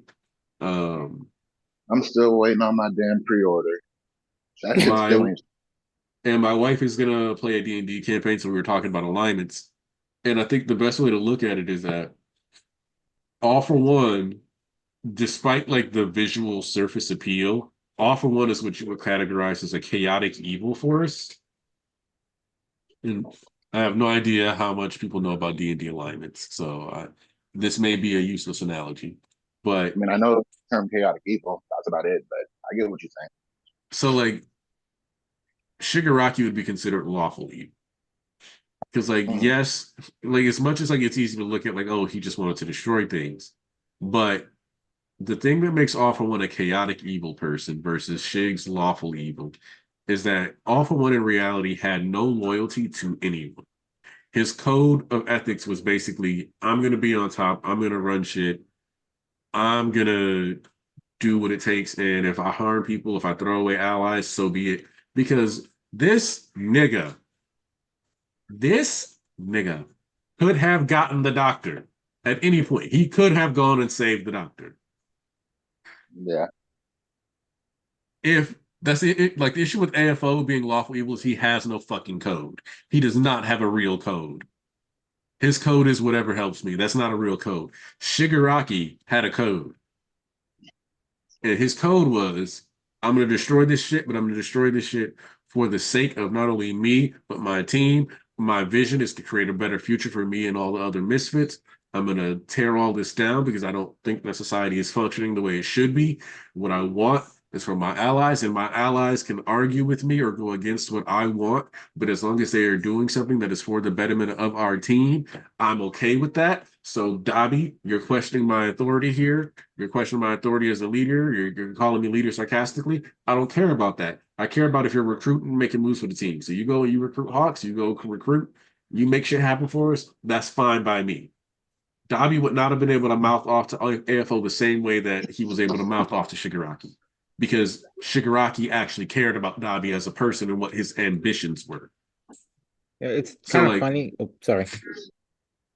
It's kind of funny that All for One calls all the people that he has working for him his friends when he just like again like well in this example 100 yen lighter. That's how he always sees him. Shigaraki has always stated multiple times, I want to destroy for them. He has Mhm. never, when he said he wants to destroy everything, he has never meant that in the hyper literal sense of including my friends will die. He has always meant, I want to destroy everything that opposes us and create a better world for them. Yeah. He 'cause straight up he says, said to like- them, oh, go He on, said, yeah, Thomas. he straight up he says straight it up in says, MHA. because Tolga's like, oh, but what about the stuff I like? And he's like, yeah, you guys are the exception. Yeah, you keep your dreams. Your dreams matter to me. Mhm. Everybody else, fuck them. Us, right here, this band of thieves, that's For all that blood. matters. We few, we happy few. Mhm. Like, that's why even when he joined the Paranormal Liberation Front, he was like, look, this is all a pretense. We're going to do what we want. We're going to create the world that we want. That's for us. So he was like, all right, you're willing to submit to me? You're willing to make me your leader? All right, then ride with me. We're going to ride out together then. Cool. We'll be on top. Because, and the thing is, there's a certain intriguing what if scenario here where Mhm. Shigaraki doesn't opt into the surgery, and instead the series turns into the development of Shigaraki rejecting the legacy of All for One, rejecting the doctor, the Nobu, all that other stuff, kills Hawks as soon as he gets into the camp because he's like, well, no, we're not going to rely on the hero. We don't trust him. We don't trust this home. And the series turns into slowly dismantling this fucking huge military that Shigaraki has. Yeah. That's a really cool what if scenario. And I'm not going to hold you and say that I can't promise you that it wouldn't have been as good or better, possibly, depending on how they, because like that's a story, but that's a story that if you go that route, MHA goes from a 420 some, 430 some chapter series into like an 800 chapter series. Good. Because that means story arcs that give every one of those MLA commanders some validity, story arcs where we're working through and like Deku's progressing, becoming stronger. Like, is that wrong? Yeah, but I think that that isn't necessarily the story that's trying to be told, and I think it's easier to get like lost in the sauce when you have a story that long. And I think it's important that My Hero kept its scope, which was already kind of large, as tight as it could. Mhm. So I think the story is like more cohesive for this, even though I do think like it could have been a lot of fun to have like that long thing. But as far as Horikoshi itself goes, I don't want that version of the story for that either. For me, I just needed at least 10 more chapters during the war. I think for me, it just depends on how like society addresses and acknowledges the villains at the end of this. That's all I'm waiting on because that's like tells me if I Yep. actually fuck with the ending or not. I kind of expected when we saw all the heroes come to like Deku's aid that we'd get like an extra 2 chapters at least, right? Like a new stage, Yeah, me not a too. long stage, but a new stage where you get to see like Shiketsu doing work or Yeah, my more hope past was one for A. a volume 1 epilogue, and we're getting that. So Oh I'll say yeah, I wanted that too, and I'm so happy. I love the fact that Hori is deciding, no, I'm gonna stay here and I'm gonna stick with the story as long as I want, and just because that's the problem. Everybody was trying to figure out when it would end, and I'm like, you're missing a lot trying to focus on all right, when is it ending? How much time do we have or how to does it cover end. this? Because you really just don't appreciate some of the chapters you're reading as they come out. Also gonna Because say they're it's just still buried funny as on an fuck that I ending that said hasn't been announced. 42 volumes as a joke, but that is looking like where we're about to land. Mm-hmm. Yeah. So you Horikoshi watches, he listens. You know, it's kind of funny, like, well, not really funny, but I find it interesting that Dragon Ball also was 42 volumes, but Yep. has like 100 more chapters. Yeah, Mhm. I mean, like Dragon Ball chapters are short. Like for Oh, are they? Okay. I Any- figured it was something like that. It was either any shorter of you- chapters or Yeah. more chapters per volume. I mean, I have a Dragon volume, Ball let me see how- chapters. Dragon Ball chapters. Like, here's the thing with Dragon Ball. This was when chapters were not like typically 17 to 20 pages in Jump. They were a lot shorter. So Toriyama was doing 13 pages a week, which is a lot more manageable than what they were doing afterwards. So yeah, his series Dragon Ball is like consists of 13-page chapters. So, and that was like itself kind of like because he was doing all of that stuff first, like never been done before, the type of format that we're all familiar with, battle shonen, all that kind of stuff. That's part of what led to like the longer chapters coming because like people wanted more of that, right? So yeah. But at the same time, I'm like, My Hero is one of their like, strongest series. So I'm like, I don't think they're going to be in a rush to get him out. So I always felt like he would have the time to get the closer. It just like it was all in his head because, Hori has imposter syndrome. So I feel Also, like he it needs to be limited addressed. himself in what he could do. I don't want this series ending without Skycrawler and Deku getting to have a conversation. Yes, please. We got Koichi. Finally. I Give really us that. I really hope they talk, man, because like it's just like he's there in Japan right now. You're gonna tell me he's just gonna fly back to the US and you're not gonna get that cool moment where like they kind of reflect on some things. I'm not Like, gonna lie. here's I want him also- to speak with Deku and maybe Aizawa just a little bit. Mm-hmm. yeah.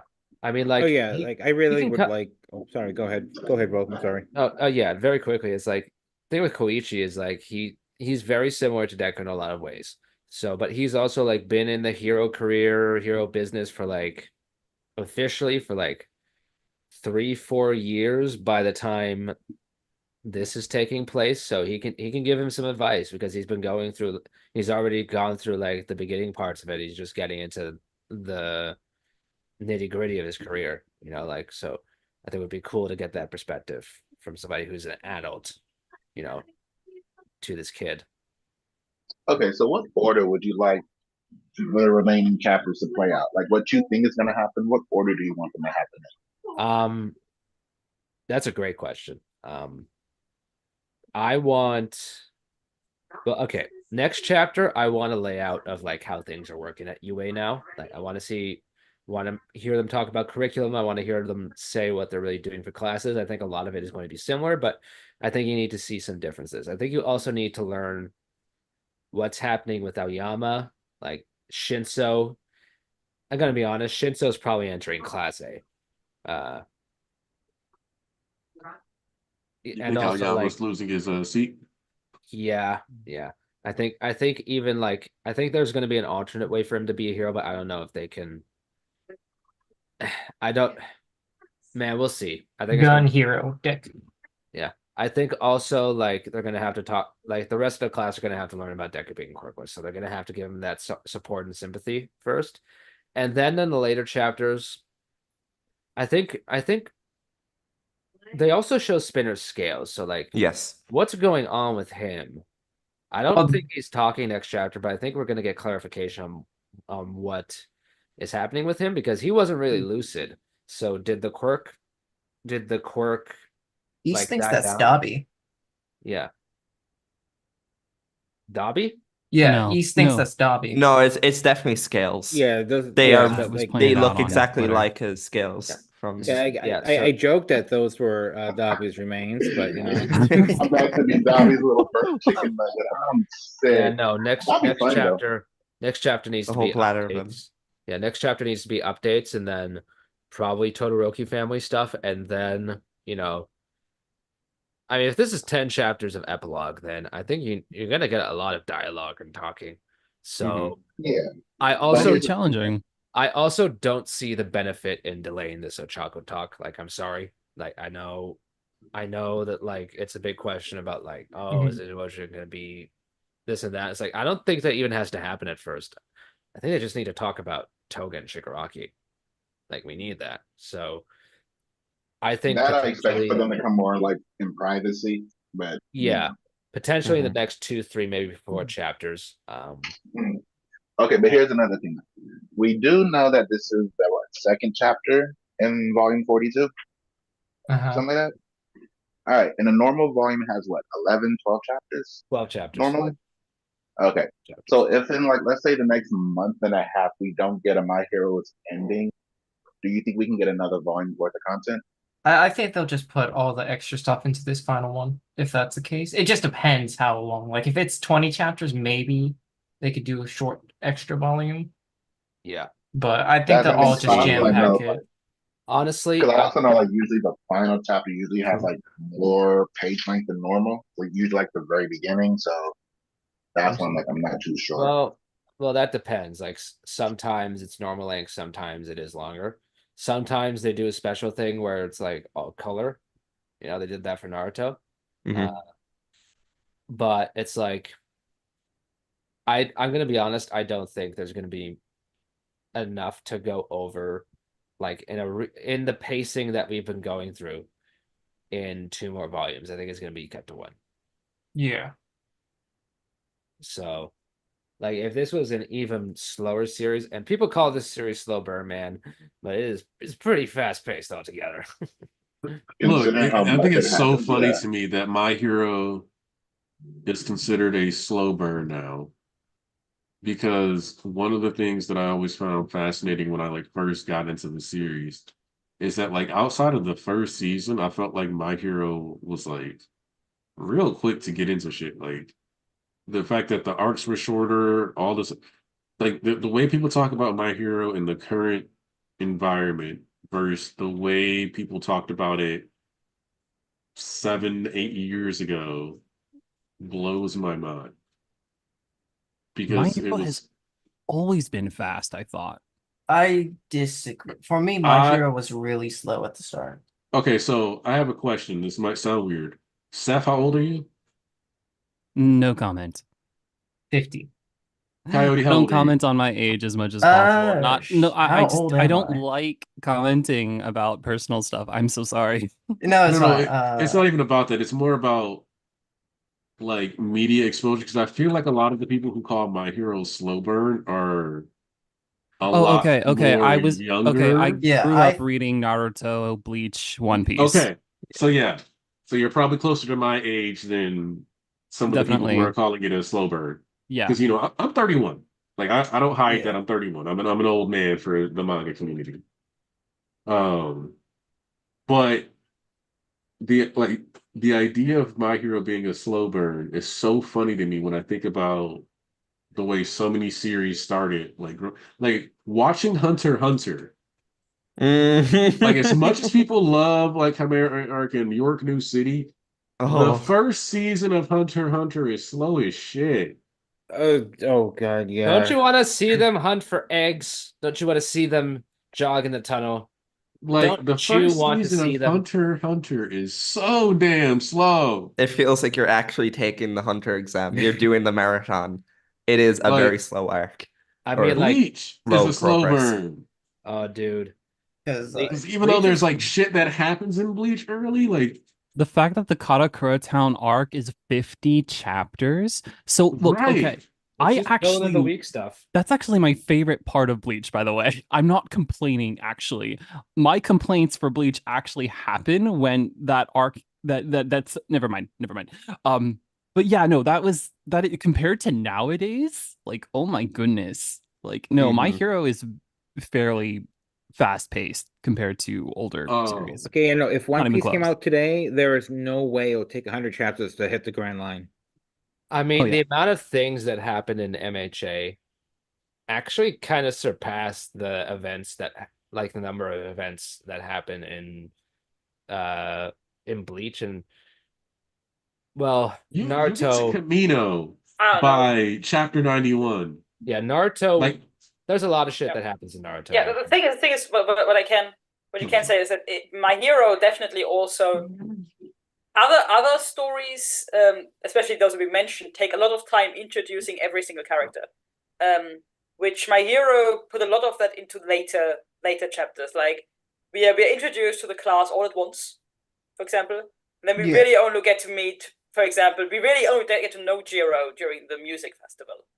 And Yeah. up until then, she's been around, and we had kind of a rough idea about who she was as a character. But for many of the characters, it takes forever until we actually get to meet them, which of course takes a lot of time away from having to introduce them. You're right. Like there's different like the plot is what is moving quickly, I should say. There are certain things like themes and characters that definitely are built up over the course of the series. Some characters more than others. Like Todoroki gets a lot of his stuff early on, so does Ida. But Bakugo, for example, has to take a long time just by nature of how extreme of a character he was. So how it approaches its characters is different. Bakugo was actually properly introduced early on. We didn't, of course, we later on got into depth with him, but that's fine. What I meant was that when we talk about, for example, Bleach, we have the first chapter where we kind of get to know everything about Orihime. Then we get a chapter that is all centered around Chath, and then we get a chapter that, or like even 2 or 3 chapters that are all centered around Ida, and then we introduce Renji and Byakuga together. But so it's basically we take one character at a time. While it's the same for Naruto. So we have even chapters that are specifically named Kakashi, Sasuke, Sakura. So we get introduced to these chapters these characters one at a time. While in My Hero we get 25 characters all at once. But actually introduced we are only to All Might, Deku, and Bakugo. And then later Ida and Ochako, and it takes forever for the rest to be introduced to us, even though they are there early on. I want to say this in a way that I think very succinctly conveys what you're saying. We are introduced to these characters early, some of these other characters early, but we are not meaningfully introduced to them. Yeah. Like, yes, you are aware that Sero exists, but you don't need to care. Like you can forget Sero's name and it doesn't even matter during Sports Quest when he gets one shot. Who cares? Yeah. Aoyama is somebody who's like introduced and you're like, okay, yeah, like there's that I can't stop twinkling kid. Yeah, whatever. Fucking belly button laser ass boy. Like, you don't care. So there's like, and you are made to care. Like these characters are centered. Also, I'm going to be honest with you. I couldn't read the beginning chapters of Katekyo Hitman Reborn. I got so bored with the I know, I made structure it past them. of I stopped how at like chapter Hitman 20. Reborn was. It was like, man, I can't do this, bro. Hitman Like, Reborn slander. I never made it past chapter 20. it's just like it's so uninteresting to me for like the beginning of the series. I've heard a lot of mixed things about Hitman. But I understand that like some of the stuff that's come out since 2020 is crazy fast. Like MHA is still fast by like the metrics of those of us who have sat here and experienced a lot of older series. But because like what a lot of the older series did is you have a crazy exciting jump on point, and then like you slowly build up into some shit. Well, the goals My were hero different. really is the J. Cole of manga. That's crazy. The goals were different. Back then, at least to me, from outside looking in, the goal was to just be able to pump something out every week for as long as possible, Yep. right? That seemed to be the goal for At least like on a corporate level, that seems to be the goal. Like just that's how I think, because a lot of them were longer. Yeah. Just back then. Yeah, like- Nowadays, though, people want stories, I guess, to be delivered to them quicker because that's just how attention spans have been going lately. And that's what I was that's the real thing that I was gonna say about like a lot of the ages is that like if you are It's probably under better for the author's 20, health too. your formative online experience, which it's actually a shocker I have to say this, but like your formative online experience is something like TikTok, and that was specialized in like so like when MHA dropped, if you're like 20 right now, MHA dropped in 2014, so you were like 10. If you were online, that's assuming you're reading the manga, but if you're experiencing it with the anime, that's like 2016, 2017. And if you didn't like watch it like the year the first season came out, you're like 12, 13. So you're probably on TikTok, stuff like that has like minute-long content. If you were like me and your first social media site was, it's like I don't count AOL chat rooms and stuff like that. Like different people had AIM or whatever, but like when you were actually adding a friend list and doing all this, probably MySpace. Mhm. MySpace, And definitely. Oh MySpace, god. Them top eights Like- were vicious. first off, yes, top eights were vicious. You'd have people like, okay, so for anybody who I have that's young, Why'd you 'cause hold me like I said, down, bro? my audience skews like older for anime fandom, older. But if you got on MySpace, people had top 8 friends, and you had to like manually go in and put your friends into like the top 8 or your top 8 best friends, and then people could go on your page and see who your top 8 friends were. Oh, which is a whole different breed of like, too. but like you had to like you also didn't have like a real feed like that. Like you didn't have a feed like you do on Facebook. Yeah. You had to go to people's pages. So like the way you were navigating required more patience. Blink and MySpace are about the same era. Like if you had a MySpace page, you at least considered getting a Blink and vice versa. A lot of people moved over to Facebook, but like these websites, you were a lot more patient with because you would like go, click, read comments, do this stuff, but you weren't like getting these 30, 40-second like sound bites. That didn't really start popping off until Vines, which was like 2016, I want to say. When did Vines come out? When were Vines a thing? It wouldn't have to be 26 because that's like when Logan Paul and the Jake Paul brothers came out. No, Vine started in 2012. It just That's the didn't. things you just know. Well, I said like Vine really popped off during that Oh, time. but it actually launched on 2013. So like it was starting, but it wasn't. Hell, it had a Windows Phone release. That's how you know it was released in an interesting time period. But okay, it also rolled out differently depending on your OS too. So it took a little while. So that explains why like 2014, 2015 is when you can buy it started. And it got shut down because people couldn't monetize on there, I guess. So that makes sense. But like the way people interact is like so fast that I guess My Hero seems slow when you can get so much entertainment. Like Vine was like a 6 second. You could tell a story in 6 seconds on Vine. You had to like cram shit in there. So I guess that like changes how you perceive it. Whereas if your initial interactions with all this other stuff is just through other books, like if you sat down or you read novels as a kid, most manga is fast.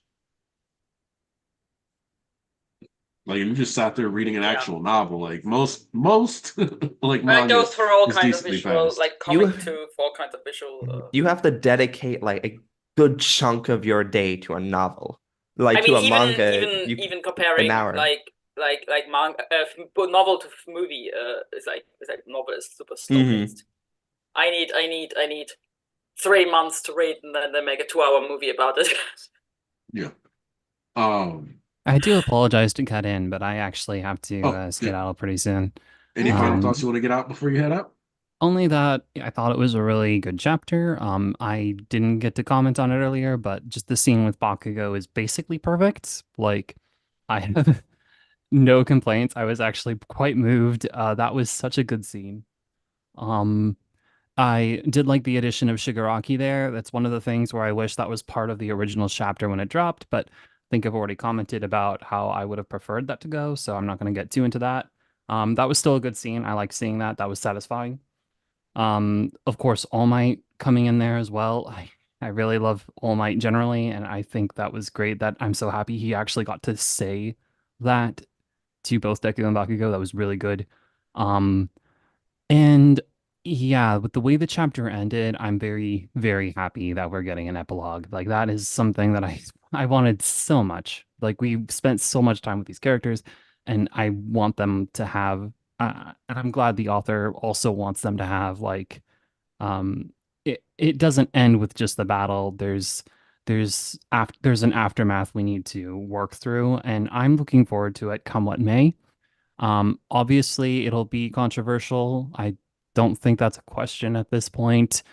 Um, whether it's from the moral structure where Horikoshi's coming from, or the character standpoint, or just there are all kinds of ways like you can interpret the story that we talked about earlier, you know? So I'm sure it'll be there's quite a few things ahead, but I'm personally looking forward to it. I really like what Horikoshi how Horikoshi writes, the way he writes. So even if I disagree with certain things on his messaging, I think it'll be a very compelling read regardless. So I did want to say I apologize for being very, very strong with how I'll phrase my opinion sometimes. I think It's that fine. like I'll talk about like, oh, we need to step back and be self-aware kind of thing. And it's like, well, okay, sometimes it's pot calling the kettle black kind of thing.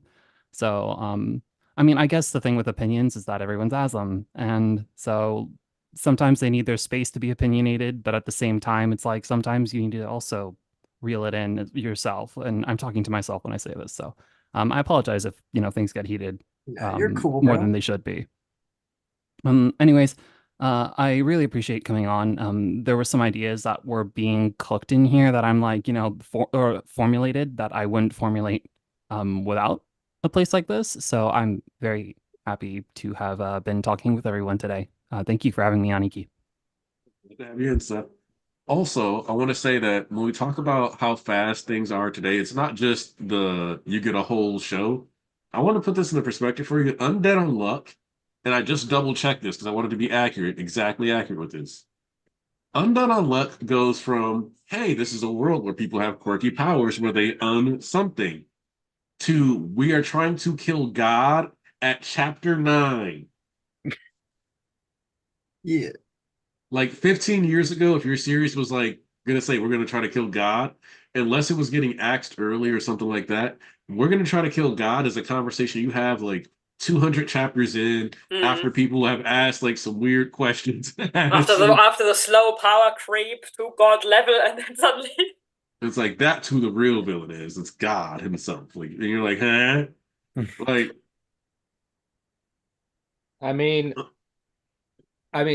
what's funny is like MHA oddly kind of introduces the concept of God in its own way, fairly early as well. Not as early as Undead Unluck, but effectively, All for One is the god of MHA's world, right? Like he kind of made things how they were just from being born.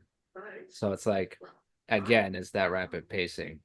Normally, like the Aizen reveal in Bleach alone, which is he's not even like the overall main antagonist of the series. That happens 180 chapters in. You only get to Yabuku in Bleach like at chapter 490, I think. And you find out, he's been around since towards the end of Karakura before Soul Society arc, but like you didn't know that was him. But it's still like it's like the way reveals and like look at One Piece and Oh, dude, One Piece the Piece's world main villain is not revealed until like Wano, which is crazy. One Piece like- has a main villain? technically yes. Yep. Yeah, Emu, right? Yeah. There is technically a main villain of One Piece. He just doesn't show up until way later. Not chapter 200 or 250. Like But you could chapter argue 1000. where you're like, oh yeah, because it's like world government, like that's the it's like, well, yes, but no. Like and that's the funny thing about One Piece with its final villain reveal, right? There's so many like yes but no stuff like moments. Because like you get introduced to Blackbeard at Mocktown, and it's like, oh, this is like this big pirate villain that was like gonna try to hunt Luffy, or whatever. And then you find out like, Blackbeard ends up fighting Ace, and you're like, oh, is he like the big pirate antagonist? And it's like, yes, but no.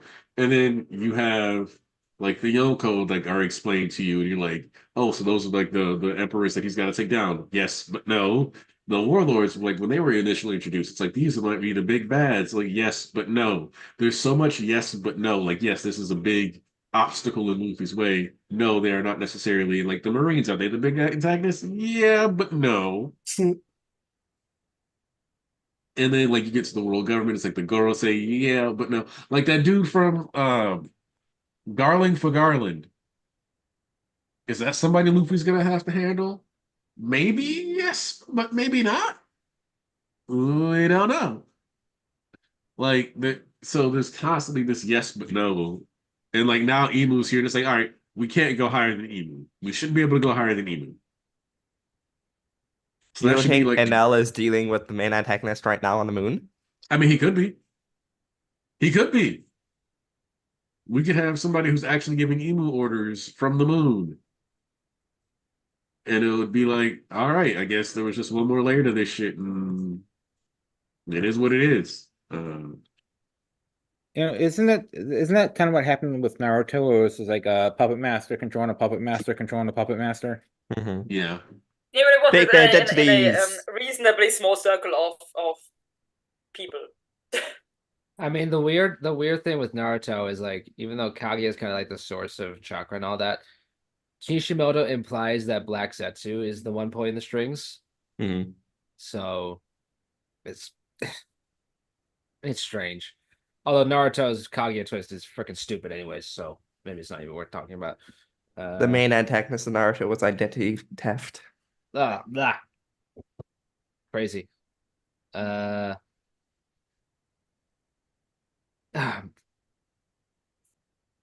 God. are you able to pronounce the letter H? No, we can't. I've always wondered this. H. No. It's our main like villain for the Irish. Yeah, because you said theft. I'm like, Yeah, did he really not say and then H? It doesn't come Stupid out. weeb fact. Stupid weeb fact. Mhm. I only learned like a couple years ago that the term ecchi comes from how Japanese people pronounce the English letter H. Wait, is that actually H, it? Not Ecchi, yeah. H So- for hentai. Yeah, I was about to say, so the H is short. Oh, I see. I didn't know Yeah. that. That's stupid, but like that's their culture. I mean, that's weeb culture. I mean, not Japanese culture. That's weeb culture. Yep. I gotta That's- take care of my dog. So, do you mind if I just give my final? Oh yeah, thought? yeah. Go ahead. We can go around the horn because we've been going for like 3 hours, so it's good. It's time to start wrapping up. Yeah. All right. Really love the chapter. I like, like the whole thing with Deku. It's sad, but like I'm sure there's gonna be some kind of payoff because he can't end the series with him having that kind of turmoil because he clearly still wants to be a hero. So whether it's having a quirk or something else or whatever, like he's gonna give him that sense of peace, right? So that's going to be the ending for him. We're gonna see that. I really love Bakugo just owning up to all he did, and like no BS, no anything, just like completely letting the guard down, letting the mask fall off, and be like, how have I been treating you up to this point? Like, I'm so sorry. And like, he's just completely open about valuing Deku as his friend, as effectively his brother. You know, there's that whole parallel to All For One and Yuichi is like Deku and Bakugo are essentially the brother pair that they should have been, you know, like caring and supporting for one another. Deku's effect on the world, really cool to see. Like they're all inspired by him, and like All Might says is like, you know, everybody saw that, so you're a great hero. Bakugo's a great hero too. Like you all, like you got what you needed, and you changed so much. And it was really rewarding on that front. There are also there are also some hints about, you know, like what's coming next. You know, the spitter scale, Shoto, Ochako. Chako doesn't have her blush stickers on, which is crazy. But you know, like after everything with Toga, that was a symbol of her innocence. So that being gone, I guess kind of shows her, you know, having gone through that ordeal. So this was pretty lovely as the epilogue setup chapter. I will say that, and there's more aftermath to go through as we go through this. So yeah, really positive thoughts on a chapter. Thank you for having me on. I love being on here, and you know, we probably got like 10, 11, 12 of the 12 of these left. So I'm gonna tune into as many as I can, right? Hell yeah. So thanks.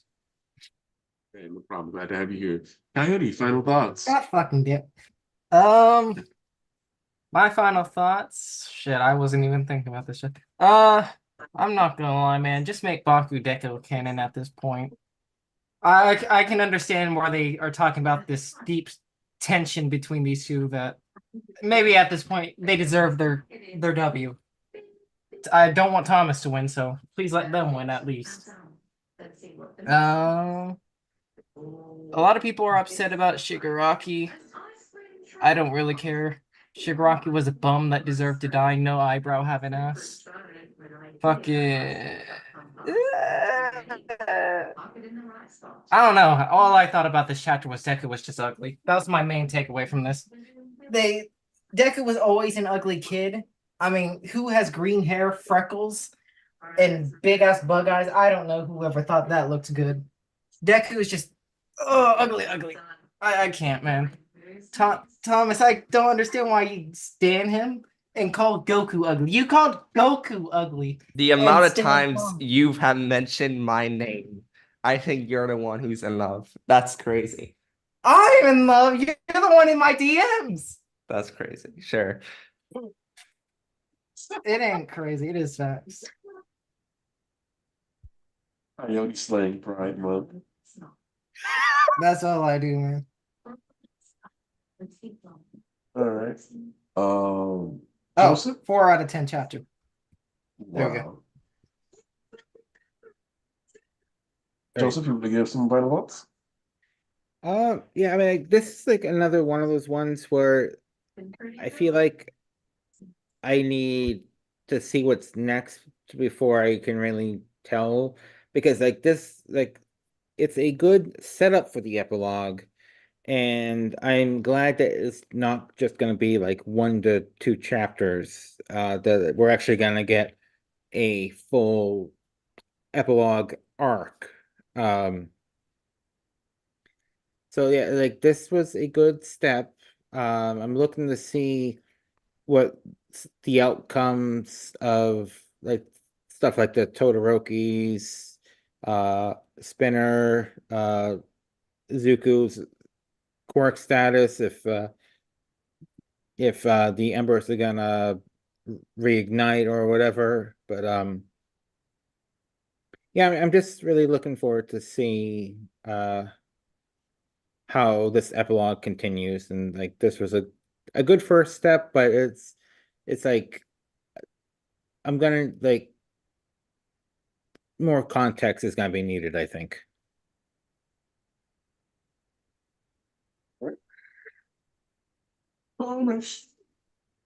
Hello. I love the chapter. I really do. Obviously, I came in late. I overslept. I worked from like half 4 p.m. to 4 a.m. So I slept the entire day. So I never got to give my shots at the beginning, but now that I'm here, I love the chapter. I just feel like being in the hospital, I would have rather seen a lot more of it. But now that we know that we're getting the epilogue, that makes me more excited. Just because I miss these moments in MHA. Because we went from like Endeavor Agency into hell, right? So just seeing them back at school, seeing them trying to be kids again, it means a lot. I want to see all these interactions. I also want to know what's going on with Spinner. We can see like they're cleaving away the scales from his body, trying to get, surgery done, possibly. Speaking of surgery, Deku's hair. I wanted to ask this because I'm not entirely sure, right? But whenever people get surgery to like their head, don't they shave? Yep. Yes. Yeah. Yeah. So Yeah, I that's a surgery assume cut. people Yeah, saying this this is is going to be just- Deku's yeah. current hair. I disagree. I No, just think no, the hair is no. going to grow back. For now, it's an okay hairstyle. I don't like how people are saying his hair is Okay. just as bad as like, the curse of, manga ending haircuts like Naruto, Ichigo. I disagree with that. I don't think it's that bad. Even though Ichigo's hair isn't that bad either. I'm excited to see the Deku no Uraraka talk. Seeing Uraraka, I think it was Volk who brought it up. Uraraka's like the cheek markings are gone. It's indicative of her, her growth, her maturity, the result of the war and how it like has affected her. It's a great kind of design change. Wait, her cheeks are gone? Yeah, it's the markings that she has underneath her eyes. They're no longer there. The rosy cheeks, yeah. Yeah, the rosy cheeks. That's it. Appreciate you for that. Overall, I'm just excited. I'm also just happy that we're going back to the academia, like Corey said. I just want to see what's going on with these characters and how they're going to end the series with them. Whether or not we get 8, 10 chapters of epilogue or just one, the epilogue, and then we get like a time skip ending, kind of like Vigilantes, which there's a lot of parallels to the end of Vigilantes, just in the way this chapter has been dealt with. I'm just excited. I'm also happy we got Koichi. I just want to say that again. I've been wanting Koichi back. Not as much as Mighty Gazelle did. If you guys seen his tweets, he was happy, and I'm happy for him. But overall, great chapter. I'm just excited for what's to come. Make sure to like the stream, drink some water, eat some food, and stay safe. All right. Say yes. Hi, I don't have that much to say. I like the chapter, especially for Bakugo's sake. Overall, it's due to the nature of these types of chapter. I always been reading about the mood shift, the sudden mood shift between this chapter and the last one, which is completely within essentially what type of chapter this is. I'm very happy that Horikoshi wants to give us more chapters, because I think wrapping everything up too quickly is one of my lasting gripes with most of the series I've watched to the end. And so I'm really hoping for a few more chapters, and especially, of course, I'm hoping for my Todoroki conclusion. Other than that, I think it was a decent start for an epilogue chapter, and I did like it specifically for Bakugo. I think that was a good conclusion to his character. All right. Thank you to everybody that came through. That's the stream. We'll be back next week. I don't have anything specific to say after, I got most of my thoughts out already. Appreciate everybody that came through all the same though. Thank you guys that are here in the stream. That's all. We're out.